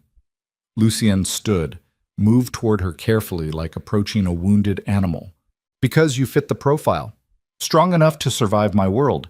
Damaged enough to understand trauma. Intelligent enough to be interesting. Desperate enough to accept the contract. He stopped a few feet away. And most importantly, capable of carrying healthy children despite psychological stress. The room tilted. You want to breed me? The words tasted like poison. My father wants an heir. He's been pressuring me for years. The previous women couldn't. Lucien's voice was hollow. They broke before we got that far. But you're different. Resilient. You could survive pregnancy, survive motherhood, survive me. Camille couldn't breathe. So this whole time, everything, the therapy, the vulnerability, the promises to try, strategy. All of it strategy. Lucien looked destroyed but kept talking. Make you feel safe enough to stay. Lower your defenses, get you emotionally invested so you wouldn't leave when things got hard. The attack last night? Real. That was real, but convenient timing. His voice dropped. I didn't plan it, but I used it. Made myself your protector, your savior, strengthened the trauma bond. Every word was a new wound. Do you even... Camille couldn't finish the question. Feel anything for you? Lucian's laugh was bitter. That's the problem. I wasn't supposed to. This was supposed to be clinical, controlled. But somewhere between the planning and the execution, I actually fell in love with you. That's not love. That's obsession. I know. He took a step closer. But it's all I have. Camille backed away. Stay away from me. Camille, no. Her voice was shaking now. You don't get to say my name. You don't get to touch me. You don't get to pretend any of this was real. It is real. Now. That's what makes it worse. Worse for who? Camille was crying and hadn't realized it. You got exactly what you wanted. A wife who can't leave. A mother for your children. A target successfully acquired. I know I can't fix this. You're right. You can't. Camille grabbed her bag, started throwing clothes inside. I'm leaving. Your brother will die if I leave. I know. Your father made that very clear. She zipped the bag with shaking hands. So I'll stay in the contract, play the role. But I'm done pretending this is anything except what it is. A business transaction where I'm the product. Lucien looked like she'd shot him. Where are you going? Guest room, separate space, like it should have been from the beginning. She hefted the bag. Don't follow me. Don't talk to me unless absolutely necessary. And don't ever touch me again. She made it 3 steps before Lucian's voice stopped her. I'm sorry. Camille turned slowly, looked at the man who'd systematically dismantled her life while making her think she was falling in love. You're not sorry for doing it, she said quietly. You're sorry I found out. There's a difference. Then she walked out, leaving Lucien standing in the wreckage of his own manipulation. The guest room was smaller, colder, perfect. Camille locked the door and sat on the bed with her phone in shaking hands. She should call someone. Dr. Hahn, maybe. Or the police. Or the American embassy. But Victor's words echoed in her mind. If you become more trouble than you're worth, accidents happen. She was trapped. Completely, utterly trapped. By a contract she'd signed to save Micah. By an amendment that gave Victor legal power over her life. By surveillance she couldn't escape and threats she couldn't fight. And by her own stupidity in thinking any of it had been real. Camille lay down fully clothed and stared at the ceiling. Somewhere in another room, she could hear Lucien moving around, restless, probably hating himself. Good. He should hate himself. They both should. Because somewhere along the way, between manipulation and survival, she'd actually fallen for the monster. And now she had to figure out how to survive him while carrying his children. The thought made her want to vomit again. Instead, she closed her eyes and tried to remember who she'd been before Soul, before Lucien, before she'd traded her brother's freedom for her own destruction. But that girl felt like a stranger now. And Camille wasn't sure she'd ever find her way back. Camille woke to someone pounding on the guest room door. Mrs. Vane, a guard's voice. Urgent. You need to come out. Now. She sat up, disoriented. Sunlight streamed through the windows. She'd fallen asleep in her clothes, phone still clutched in one hand. Her eyes felt swollen from crying. What time is it? Her voice came out hoarse. 7 a.m. Mr. Vane is requesting your presence in the main room. It's important. Camille wanted to tell him to go to hell, wanted to stay locked in this room forever. But curiosity and survival instinct won over pride. She opened the door.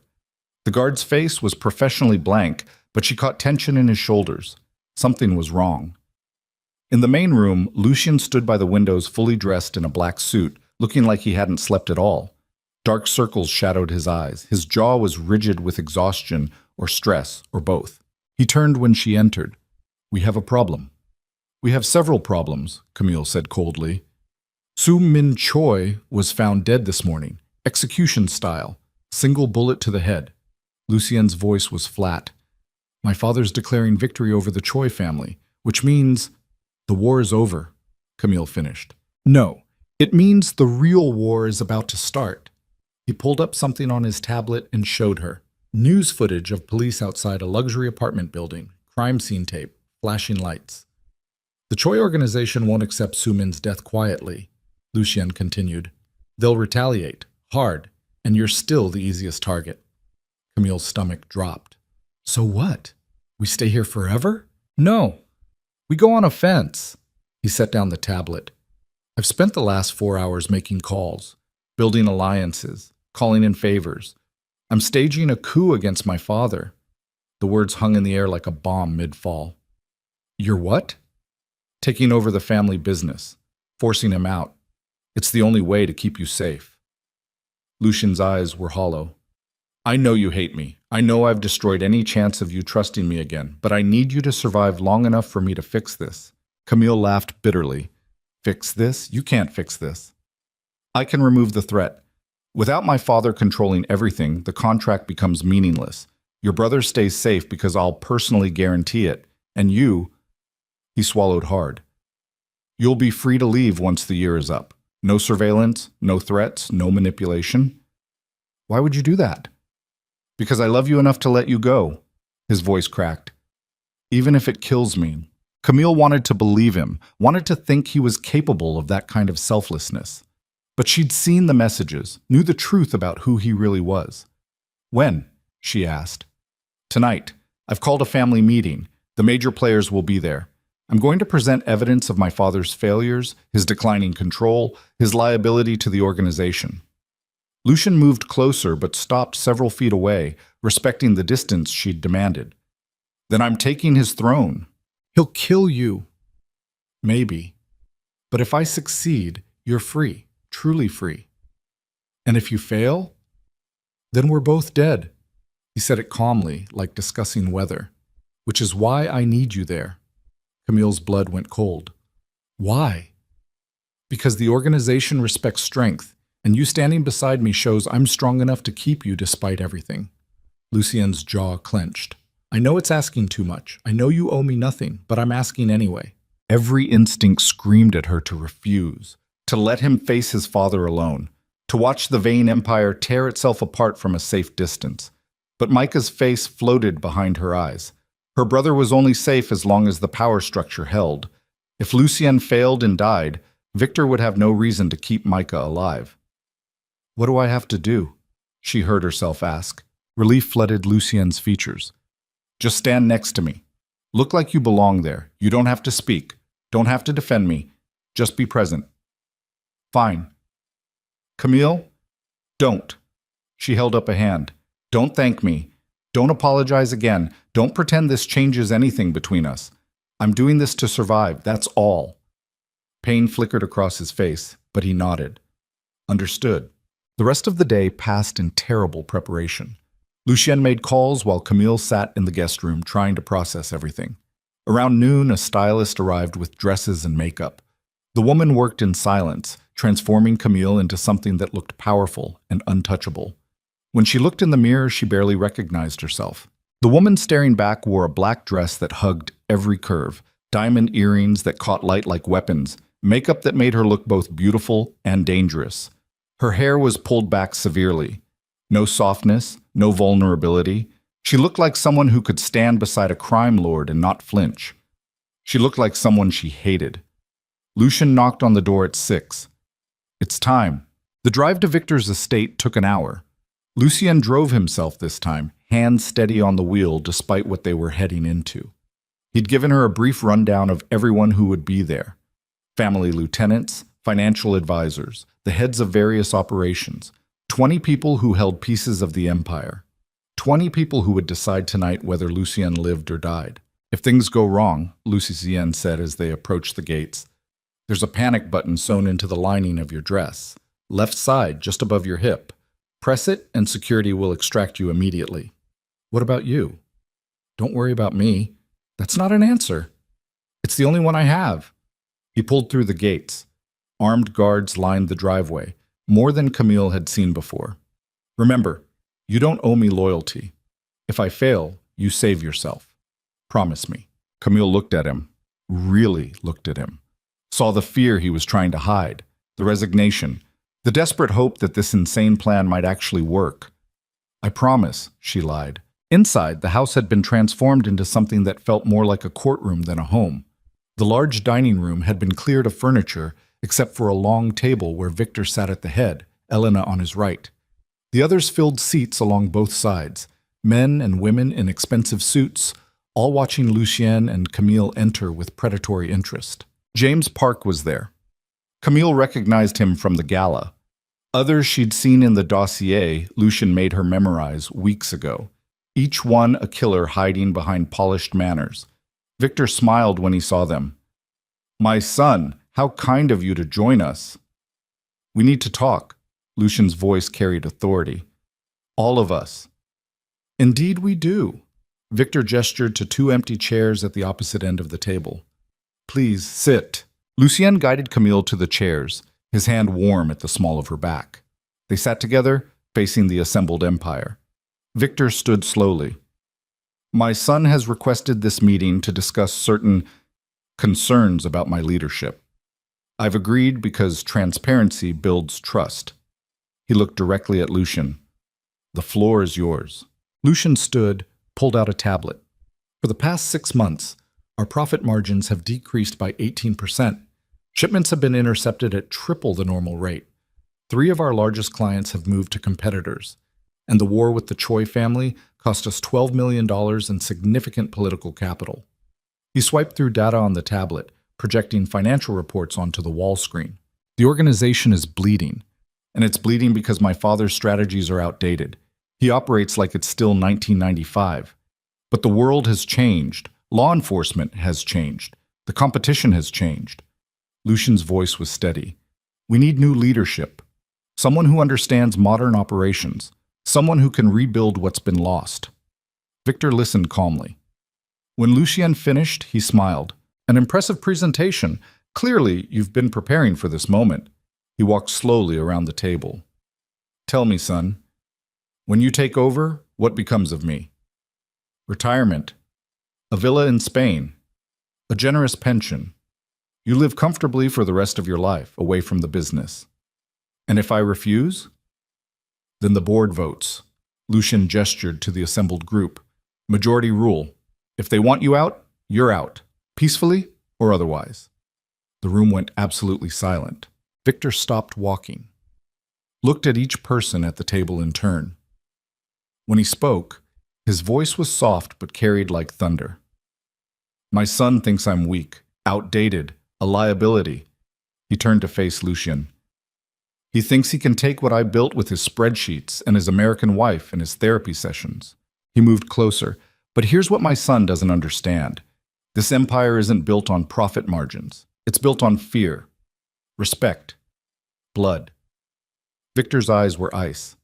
"And none of you will vote against me because you know what I'm capable of." "Then you're afraid of a fair vote," Lucien said calmly. "I'm confident in my position." "Prove it." The challenge hung in the air. Victor's smile widened. "Very well, let's vote. All those in favor of my retirement, raise your hands." Silence. Nobody moved. Camille felt cold spreading through her chest. This was it. The moment where Luc's plan either worked or collapsed completely. Slowly, Elena raised her hand. Then James Park. Then 2 others whose names Camille didn't remember. 4 votes. Victor looked at the remaining 15 people. "Anyone else?" More silence. Lucien's jaw clenched, but he didn't speak. 4 votes, Victor said pleasantly. "Against 15 loyal supporters. I'm afraid your coup has failed, son." "This isn't over," Lucien said through gritted teeth. "Oh, but it is." Victor nodded to security guards positioned around the room. "And now we discuss consequences." The guards moved forward. Camille's hand flew to the panic button Lucien had mentioned, but before she could press it, Lucien grabbed her wrist. "No," he said quietly. "Not yet." "Lucien, trust me." She wanted to scream that trust was impossible after everything, but his eyes held something she couldn't identify. Not fear, not resignation, desperation. Victor walked to stand directly in front of them. "I'm disappointed. I gave you everything, raised you to inherit an empire, and you repay me with betrayal." "You threatened my wife's brother," Lucien said coldly. "You forced her to sign away her freedom. You treated her like livestock for breeding." "I did what was necessary to secure our future." Victor's expression didn't change, "which is more than you've been willing to do." "I've been willing to change, to evolve, To be better than you. Better? Victor laughed. You think being soft makes you better? You think caring about one woman's feelings matters in our world? It matters to me. That's exactly the problem. Victor turned to address the room. My son has become compromised. His judgment is clouded by attachment. He's no longer fit to be my heir. Then who? Lucian's voice was dangerously quiet. You have no other children, no other family. Who inherits your empire if not me? Victor smiled. Elena has a son, 25 years old, Harvard educated, currently managing our European operations with brutal efficiency. He'll make an excellent successor. The words hit like physical blows. Camille watched Lucien's face drain of color, watched him realize that his entire life, everything he'd been raised for, was being stripped away in seconds. You can't be serious, Lucien whispered. I'm always serious about business. Victor gestured to the guards. Escort my son from the property. He's no longer welcome here. The guards moved toward Lucien. Camille stood abruptly. Wait. Everyone turned to look at her. Her heart was trying to punch through her ribs. Every instinct screamed to stay silent, to let this play out, to protect herself. But she'd spent weeks studying these people, learning their dynamics, understanding their values. And she knew one thing Victor had forgotten. You talk about strength and fear and blood, she said, voice shaking but clear.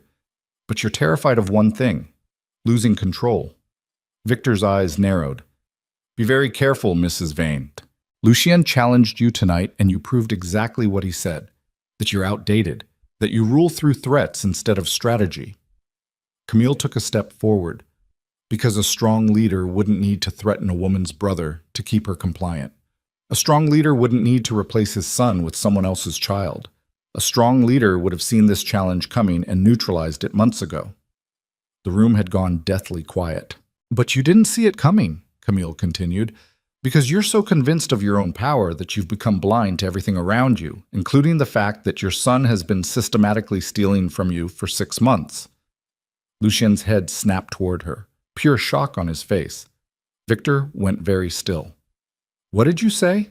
Camille pulled out her phone, pulled up the email she'd spent all afternoon preparing.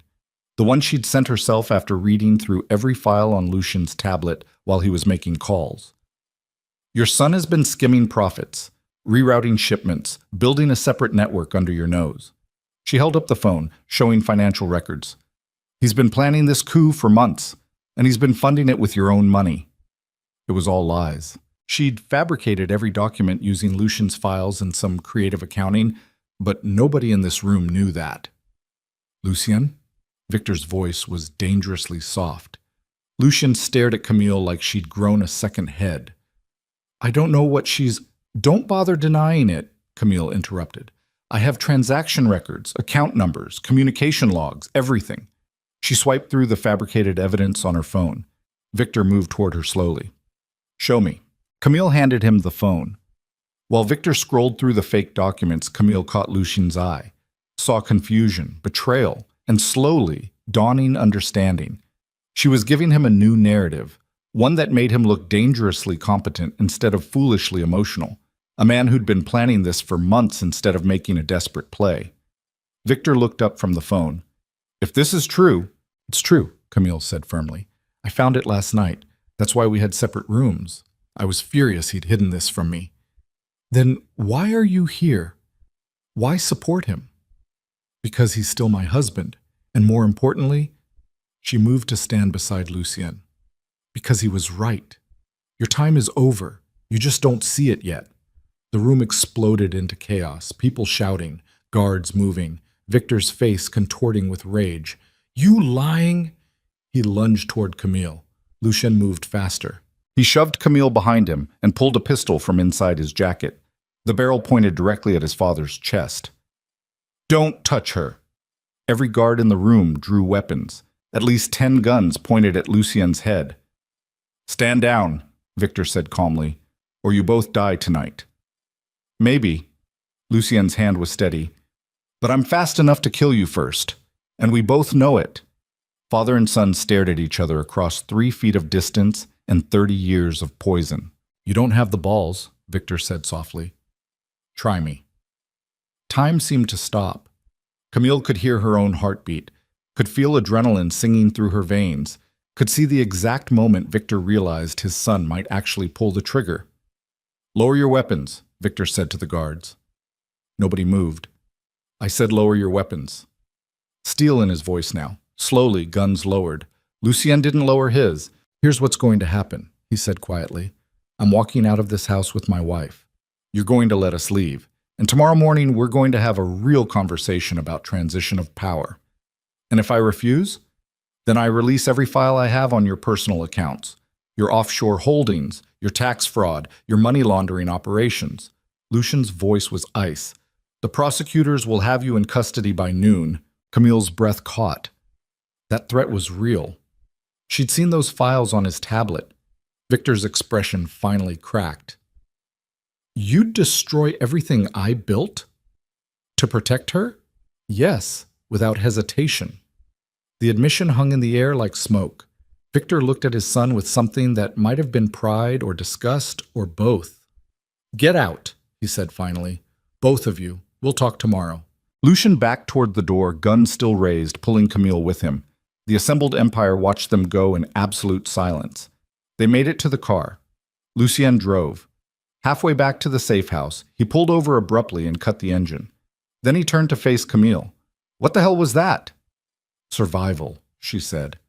"You fabricated evidence against me, made me look like a thief. I made you look competent, strategic, dangerous." Camille's voice was shaking. "Your emotional appeal wasn't working. They needed to see you as a threat, not a lovesick fool. You realize if he verifies those documents, he can't. I built them using his own accounting patterns. The transactions look real enough to scare him, but vague enough that he can't definitively prove them false." She'd spent 6 hours learning how to fake financial records using YouTube tutorials. "It buys us time." Lucien stared at her like seeing her for the first time. "Why?" he finally asked. "After everything I did to you, why help me?" "Because your plan was going to get us both killed, and I'm not dying in your father's house." Camille looked away. "Also because, despite everything, I still need you alive long enough to keep Micah safe." "That's the only reason?" She couldn't look at him, couldn't admit that somewhere beneath the rage and betrayal, some stupid part of her still cared. "Yes," she lied. Lucien was quiet for a long moment. Then he started the car again. "Thank you." "Don't." "I'm saying it anyway. Thank you for saving my life." Camille didn't respond, just stared out the window at darkness rushing past. Back at the safe house, Lucien's phone rang immediately. "It's him," he said, showing her the screen. Victor's name. "Answer it." Lucien put the phone on speaker. "Tomorrow, 9 a.m. My office." Victor's voice was cold. "Bring the full accounting of everything you've stolen, every transaction, every account, and bring your wife. She seems to understand this business better than I gave her credit for." The line went dead. Lucien set down the phone. "He's going to try to kill us." "I know." "We could run, take the money I have hidden, disappear. Your father would find Micah within 24 hours. Then what do we do?" Camille took a deep breath. "We finish what we started. We show up tomorrow with everything we have, and we either take his empire or die trying." Lucien laughed bitterly. "Those are terrible odds. They're the only ones we have." He moved closer, stopped just outside her personal space, respecting the boundaries she'd drawn. "I know I don't deserve your help. I know I destroyed any chance of you forgiving me." His voice was raw. "But for what it's worth, watching you lie to my father's face tonight was the most terrifying and attractive thing I've ever seen." Despite everything, Camille felt her lips twitch. "Don't flirt with me." "Can't help it. You just committed fraud and threatened a crime lord. It's kind of hot." "You're insane." "Probably." He stepped back. "Get some rest. Tomorrow's going to be hell." Camille nodded and turned toward the guest room. "Camille?" She stopped. "I meant what I said earlier. If we survive this, you're free, truly free. Whatever happens between now and then, that promise stands." She didn't turn around, didn't trust herself to look at him. "Good night, Lucien." In the guest room, Camille sat on the bed with shaking hands and pulled up Micah's number. She wanted to hear his voice, wanted to tell him everything, wanted to warn him that tomorrow might be the day she failed completely. Instead, she just texted, "Love you, little brother." His response came immediately. "Love you too, sis. Everything okay?" "Everything's fine. Just wanted you to know. You're being weird.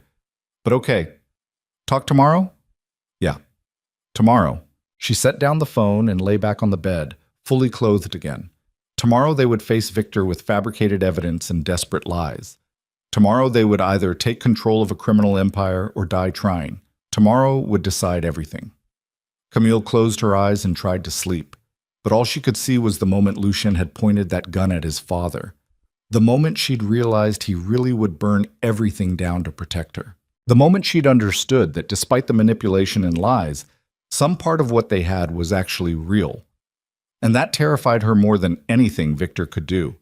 Because loving someone who'd systematically destroyed your life was the ultimate trap. And Camille was beginning to think she might never escape. Camille didn't sleep. She lay in the guest room bed watching shadows crawl across the ceiling, listening to Lucien pace in the main room like a caged animal, counting down to slaughter. Around 4 a.m, his footsteps finally stopped.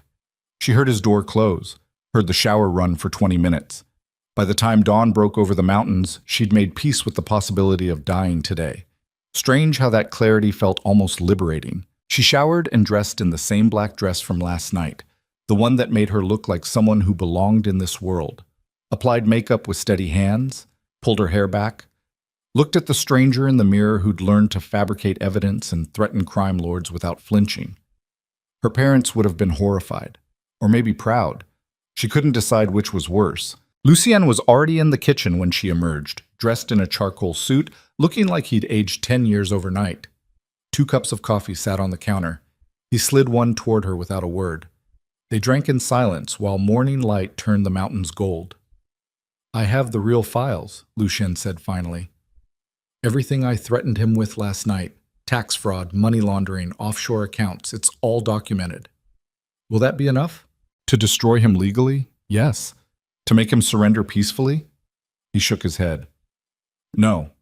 He'd rather burn the empire to ashes than hand it over." "Then what's the play?" Lucien set down his cup, met her eyes. "We walk in there with leverage so devastating he has no choice but to negotiate, and we pray he values his freedom more than his pride." "That's not a plan. That's hope." "It's all I have left." He moved closer, stopped just outside her space. "Last chance to walk away. Press that panic button. Let me handle this alone." Camille thought about Micah, safe in San Francisco. Thought about the contract binding her to this man. Thought about the lies and manipulation and systematic destruction of her autonomy. Thought about Lucien standing in that doorway covered in blood, looking at her like she was the only thing worth saving. "No," she said quietly. "We finished this together." Something like relief flooded his face. "Thank you." "Stop thanking me. I'm not doing this for you." "I know." But the way he looked at her said he knew that was a lie. The drive to Victor's estate felt like driving toward execution. Lucien's hands were steady on the wheel, but she could see tension in his jaw, could see him running scenarios behind his eyes, calculating odds, preparing for violence. "If he tries to kill us," Camille heard herself say, "what's the exit strategy?" "There isn't one." Lucien's voice was flat. "If he decides we die today, we die. But he won't decide that unless he thinks we're bluffing about the evidence. And if he calls the bluff, then we release everything to the prosecutors and hope they move faster than his assassins." Camille's stomach twisted. "Those are terrible odds." "I know." He glanced at her. "I'm sorry I dragged you into this. You've been saying that a lot. Because it keeps being true." They pulled through the gates at 8:55. Armed guards lined the driveway again, more than yesterday. Camille counted at least 20 visible positions, probably more hidden. This was a show of force. Victor wanted them to understand exactly how outmatched they were. Inside, they were escorted not to the dining room, but to Victor's private study. Smaller space, more intimate, more dangerous. Victor sat behind his desk like a king on a throne. Elena stood by the windows. 2 guards flanked the door. No audience this time. Just family. "Sit," Victor said. Lucien remained standing. "We prefer to stand." "I wasn't asking." Victor's voice carried that edge that meant violence was close. Sit down. Lucien guided Camille to the two chairs facing the desk. They sat. Victor leaned back, studying them both. I've spent the night reviewing your supposed theft, checking accounts, tracking transactions. And? Lucien's voice was steady. And I found something interesting. Victor pulled out a folder. The documents your wife showed me last night? They're sophisticated forgeries, very good ones. Almost fooled my accountants. He smiled without warmth. Almost. Camille's blood turned to ice. Beside her, Lucien went absolutely still.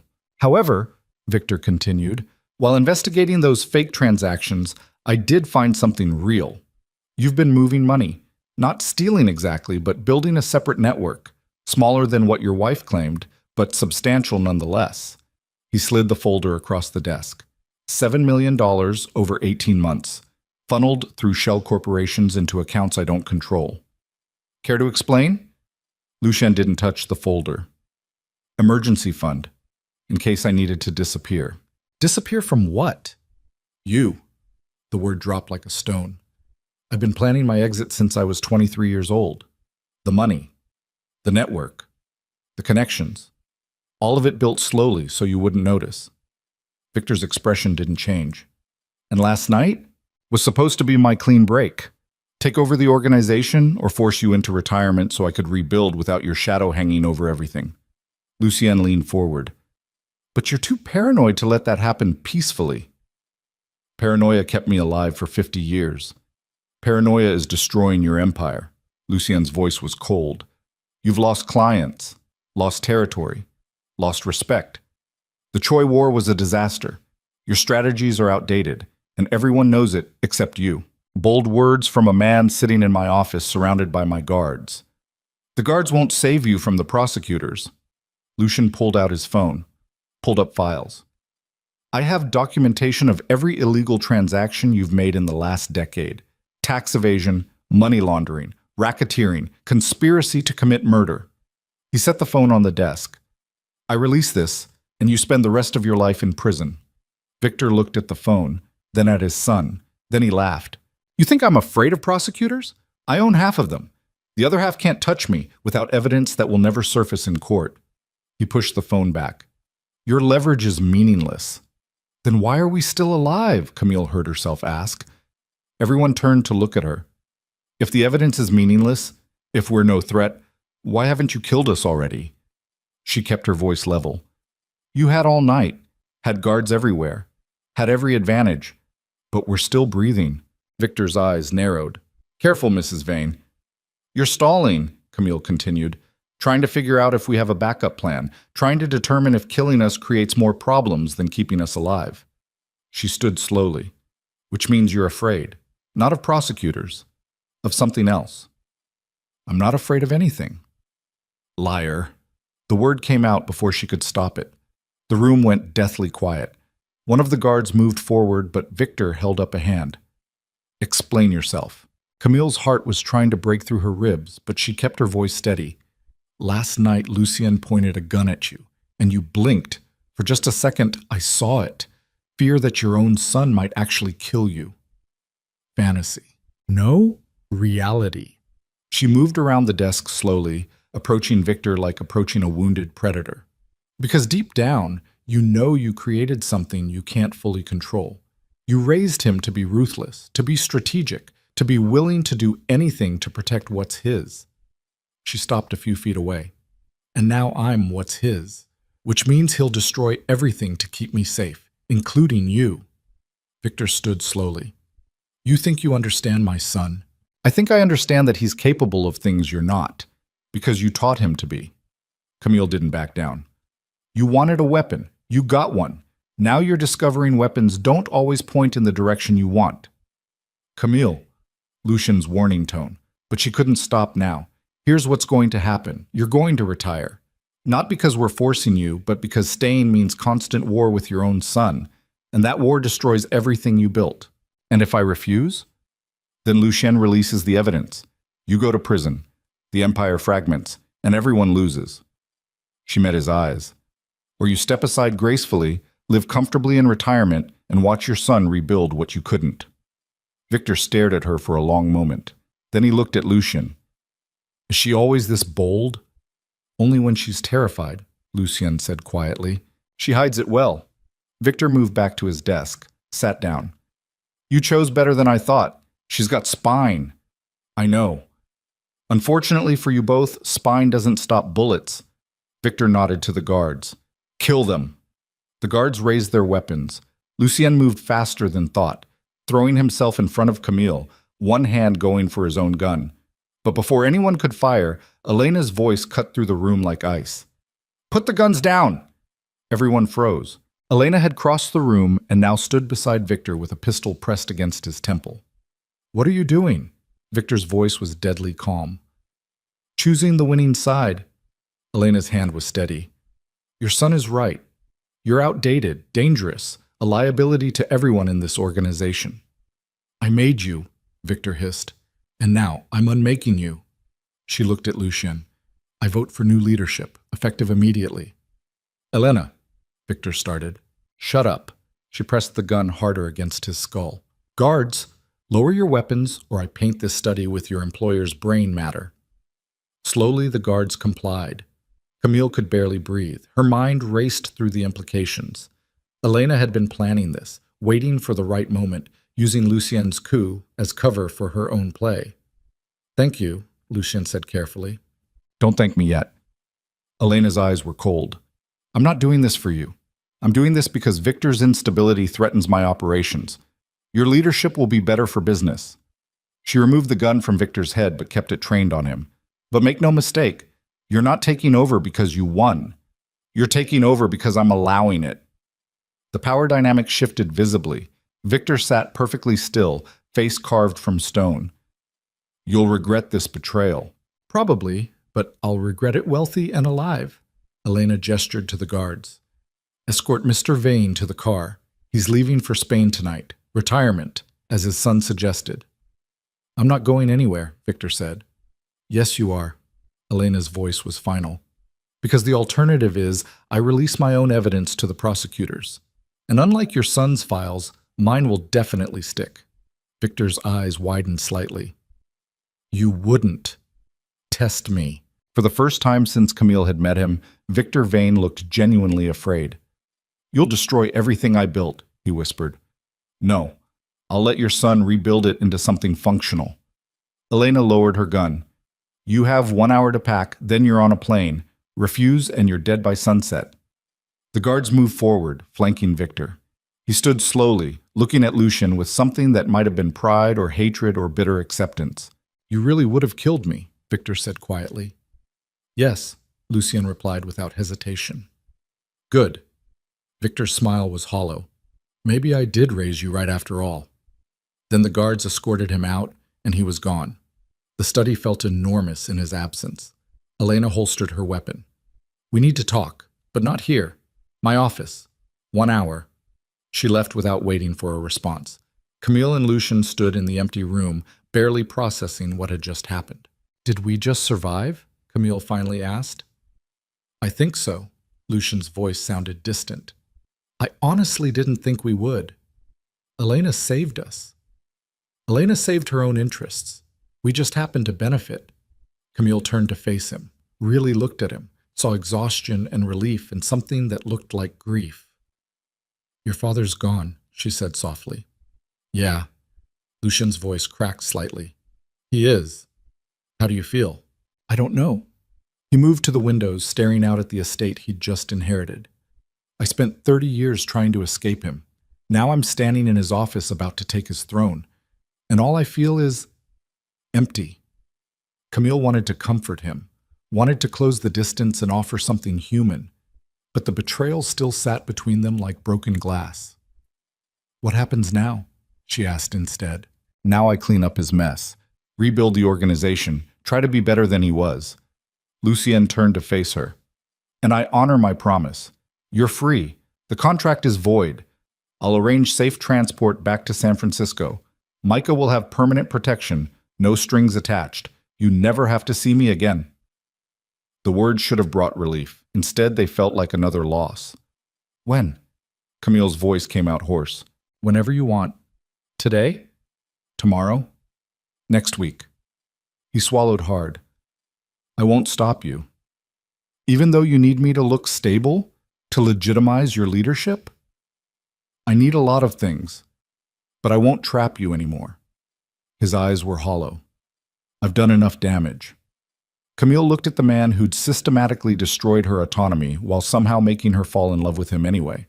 Looked at the exhaustion in his face, the grief, the desperate hope that she might choose to stay anyway. She should leave, should take the freedom he was offering and run, should never look back. I need time, she heard herself say. How much time? I don't know. To process everything, to figure out who I am outside of this. She gestured vaguely at the room, the situation, everything. To decide if there's anything worth salvaging between us. Hope flickered across Lucian's features. That's not a no. It's not a yes either. I'll take it. He moved closer but stopped before touching her. I meant what I said. I love you. Not because you fit a profile, not because you're useful, because somehow, despite everything, you became the only real thing in my life. Tears burned behind Camille's eyes. Love isn't supposed to feel like drowning. I know, and I'm learning how to swim instead. He stepped back. Take all the time you need. I'll be here. Trying to be better. Trying to deserve a second chance I probably don't deserve. Before Camille could respond, his phone buzzed. Elena, he said, reading the message. Wants to meet now. They drove in silence to Elena's office. A different building, smaller, but just as heavily guarded. Elena waited in a conference room with documents spread across the table. Sit, she said, without preamble. They sat. Victor is on a plane to Madrid, Elena began. He won't cause problems because I have leverage he's not willing to test, but his removal creates a power vacuum that will invite challenges. I can handle challenges, Lucian said. Maybe, but you'll need allies. Elena slid documents toward him. These are agreements with the other major families. They'll respect your authority in exchange for certain concessions. Lucien scanned the documents. These are favorable terms. They are, because I negotiated them last week. Elena smiled coldly. I've been planning Victor's removal for months. You just gave me the perfect opportunity to execute it. Camille's mind raced. You used us. I gave you what you wanted. Victor's gone. Lucien's in charge. You're free. Elena looked at Camille directly. What I used was the situation. You both played your parts beautifully. So this was all theater? Lucian's voice was tight. Not all of it. The evidence against Victor is real. Your coup attempt was genuine. What I did was ensure the outcome I wanted. She stood. Now you owe me, and I will collect that debt when I need it. What kind of debt? Camille asked. The kind you'll hate paying, but you'll pay it anyway because the alternative is worse. Elena moved toward the door. Welcome to the real empire, Mr. Vane.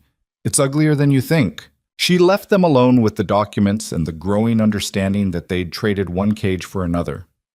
We're not free, Camille said quietly. We're just in a different trap. I know.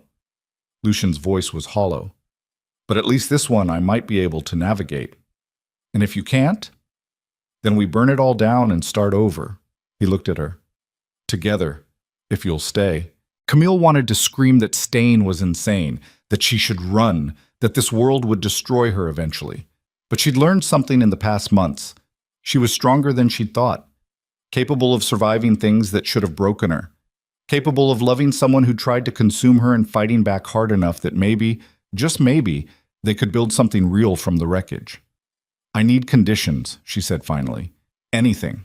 Real therapy. For both of us. Not just going through the motions. Actually doing the work. Agreed. Boundaries. Real ones. I need space to rebuild myself outside of you. Done. And if I decide to leave at the end of the year, you let me go. No surveillance. No protection I didn't ask for. No finding excuses to stay connected. Lucien's face spasmed with pain, but he nodded. I promise. Then I'll stay. For now. Camille stood. But this isn't love yet. This is two broken people trying to figure out if they can fix each other without destroying what's left. That's more than I deserve.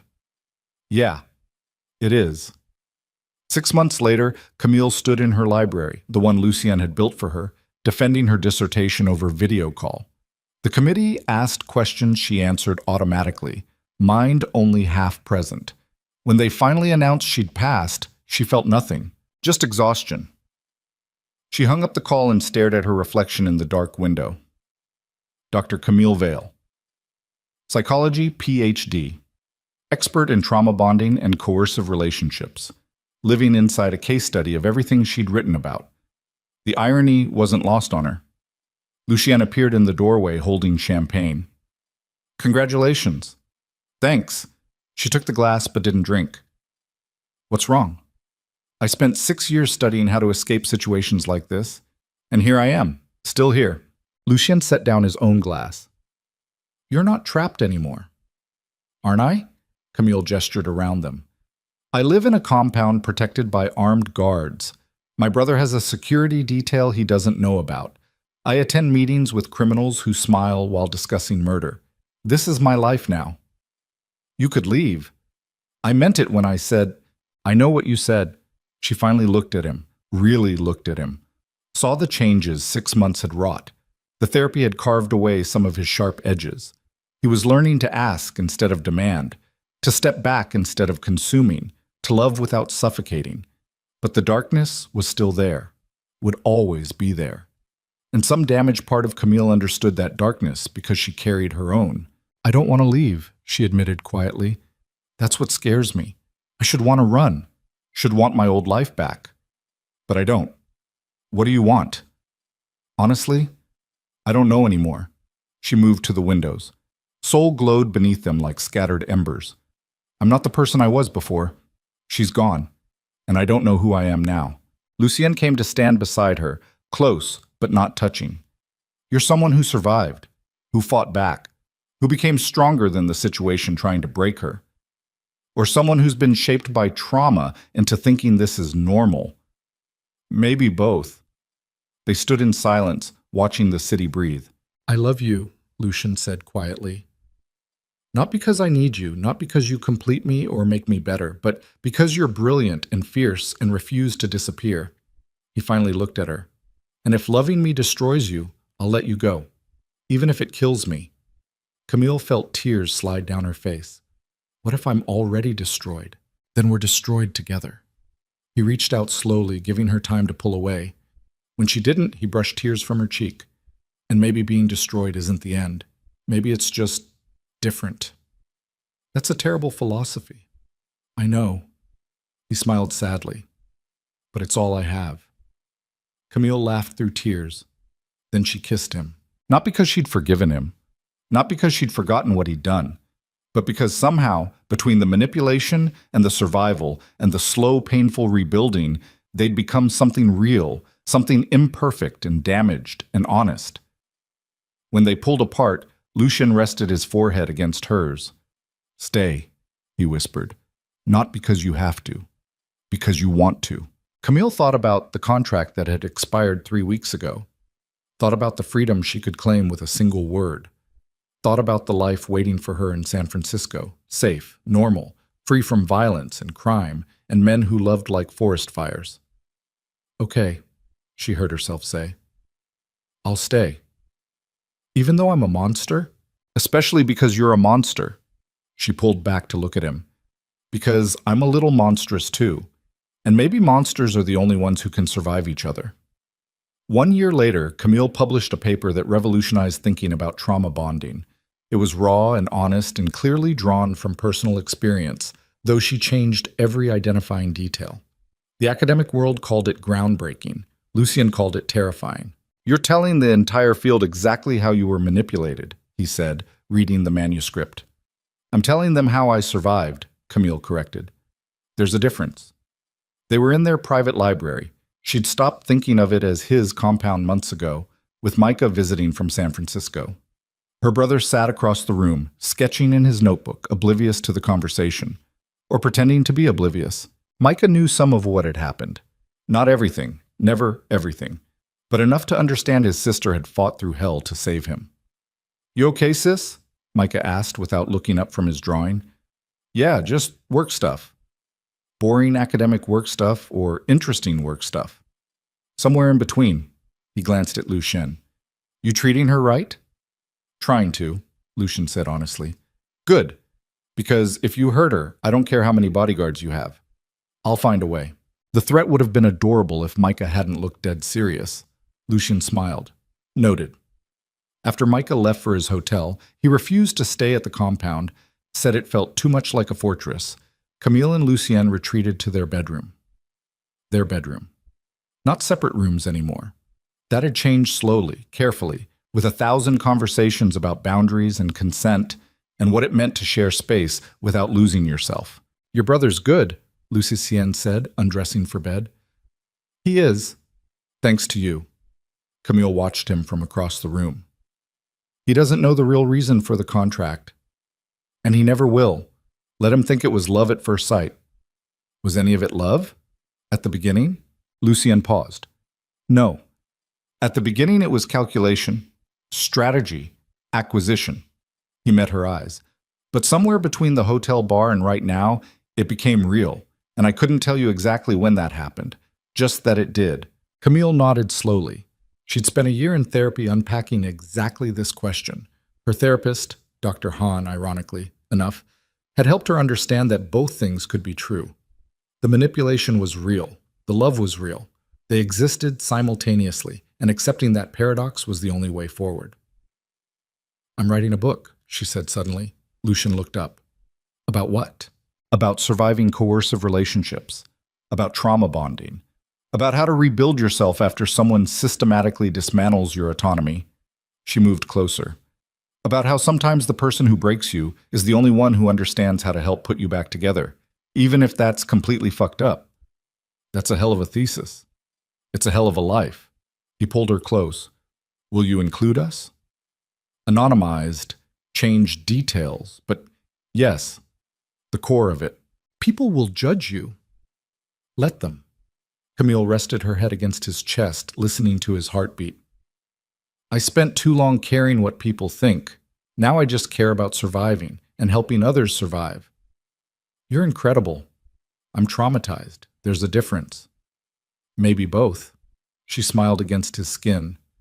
You're stealing my lines. I learned from the best. They fell asleep tangled together, two broken people who'd learned that sometimes healing wasn't about becoming whole again. It was about accepting the cracks and building something new from the pieces. 5 years later, Camille's book became a bestseller. She gave talks at universities, trained therapists, consulted on cases, became an expert in the field she'd once only studied academically. People asked how she knew so much about surviving trauma bonds. She smiled and said she'd done extensive research. Nobody needed to know she'd lived every word. Lucien rebuilt his father's empire into something almost legitimate, still dangerous, still operating in gray areas, but no longer the monster Victor had created. He and Elena maintained an uneasy alliance. The other families respected his authority. Soul's underworld found a new equilibrium, and through it all, Camille stood beside him. Not because she had to, not because she was trapped, but because she'd chosen to stay. They never had children. Camille made that decision after a year of therapy, and Lucien respected it without argument. Some broken things shouldn't be replicated. Some cycles needed to end. Instead, they built something else, a foundation that helped victims of domestic violence and coercive control. Funded therapy, provided safe housing, used the empire's resources to undo some of the damage empires like it had caused. Victor called it weakness from his villa in Spain. Camille called it evolution. On their 7th anniversary, counting from the contract signing, not the actual wedding, Lucien took Camille to the hotel bar where they'd first met. Why here? She asked, sliding into the same booth. Because I want to give you something. He pulled out a document. Divorce papers.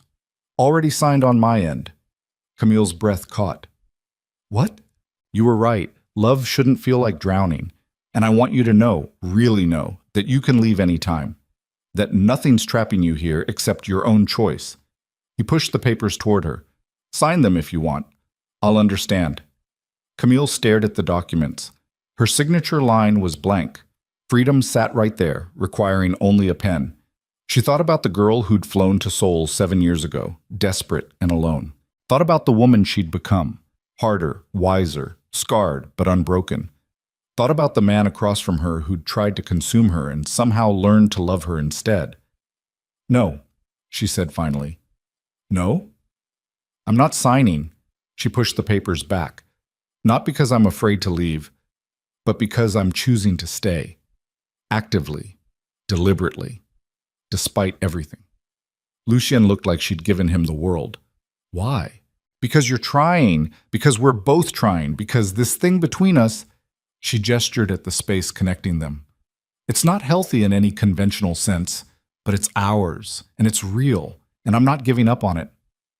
Even though I'm still broken? Even though we're both still broken." She reached across the table, took his hand. "Maybe that's the point. We're not trying to fix each other anymore. We're just trying to be broken together in a way that doesn't destroy us." Lucien's eyes were bright with something that might have been tears. "That's the most romantic thing you've ever said to me. It's also probably the most depressing. I'll take it." They left the bar hand in hand, walking into the Seoul night like they had 1,000 times before. The city glowed around them, beautiful and dangerous and full of people fighting their own survival battles. Camille had learned that survival looked different for everyone. For some, it meant running. For others, it meant standing ground. And for her, it meant choosing to stay with the monster who'd taught her to be monstrous too. Not because it was healthy, not because it was right, but because sometimes love wasn't about finding someone who completed you. It was about finding someone who understood your broken edges because their edges matched. And that was enough. Years later, when students asked Camille how she'd become such an expert in trauma bonding, she'd smile and say, "I survived it." They'd ask how.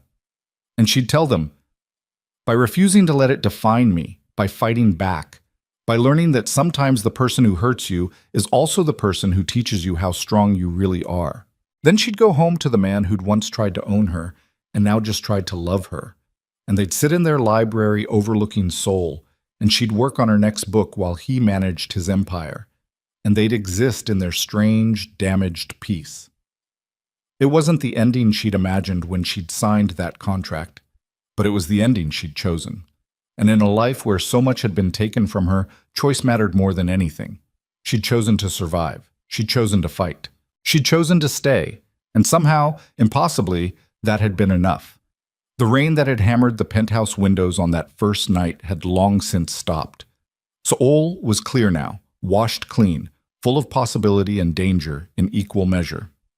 Camille Vale, Dr. Camille Vale, stood at those same windows 7 years later, looking at her reflection in the glass.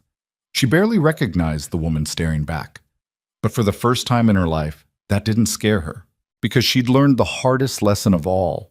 You can be broken and whole at the same time. You can survive the thing that tried to destroy you and still carry its scars. You can love someone who hurt you and build something real from the wreckage. It wasn't pretty, it wasn't perfect, but it was hers, and that was enough. Behind her, Lucien entered the room. She felt his presence before he spoke, that awareness they'd developed over years of learning each other's rhythms. "Working late?" he asked softly. "Just thinking." He came to stand beside her at the window, not touching, but close, always close.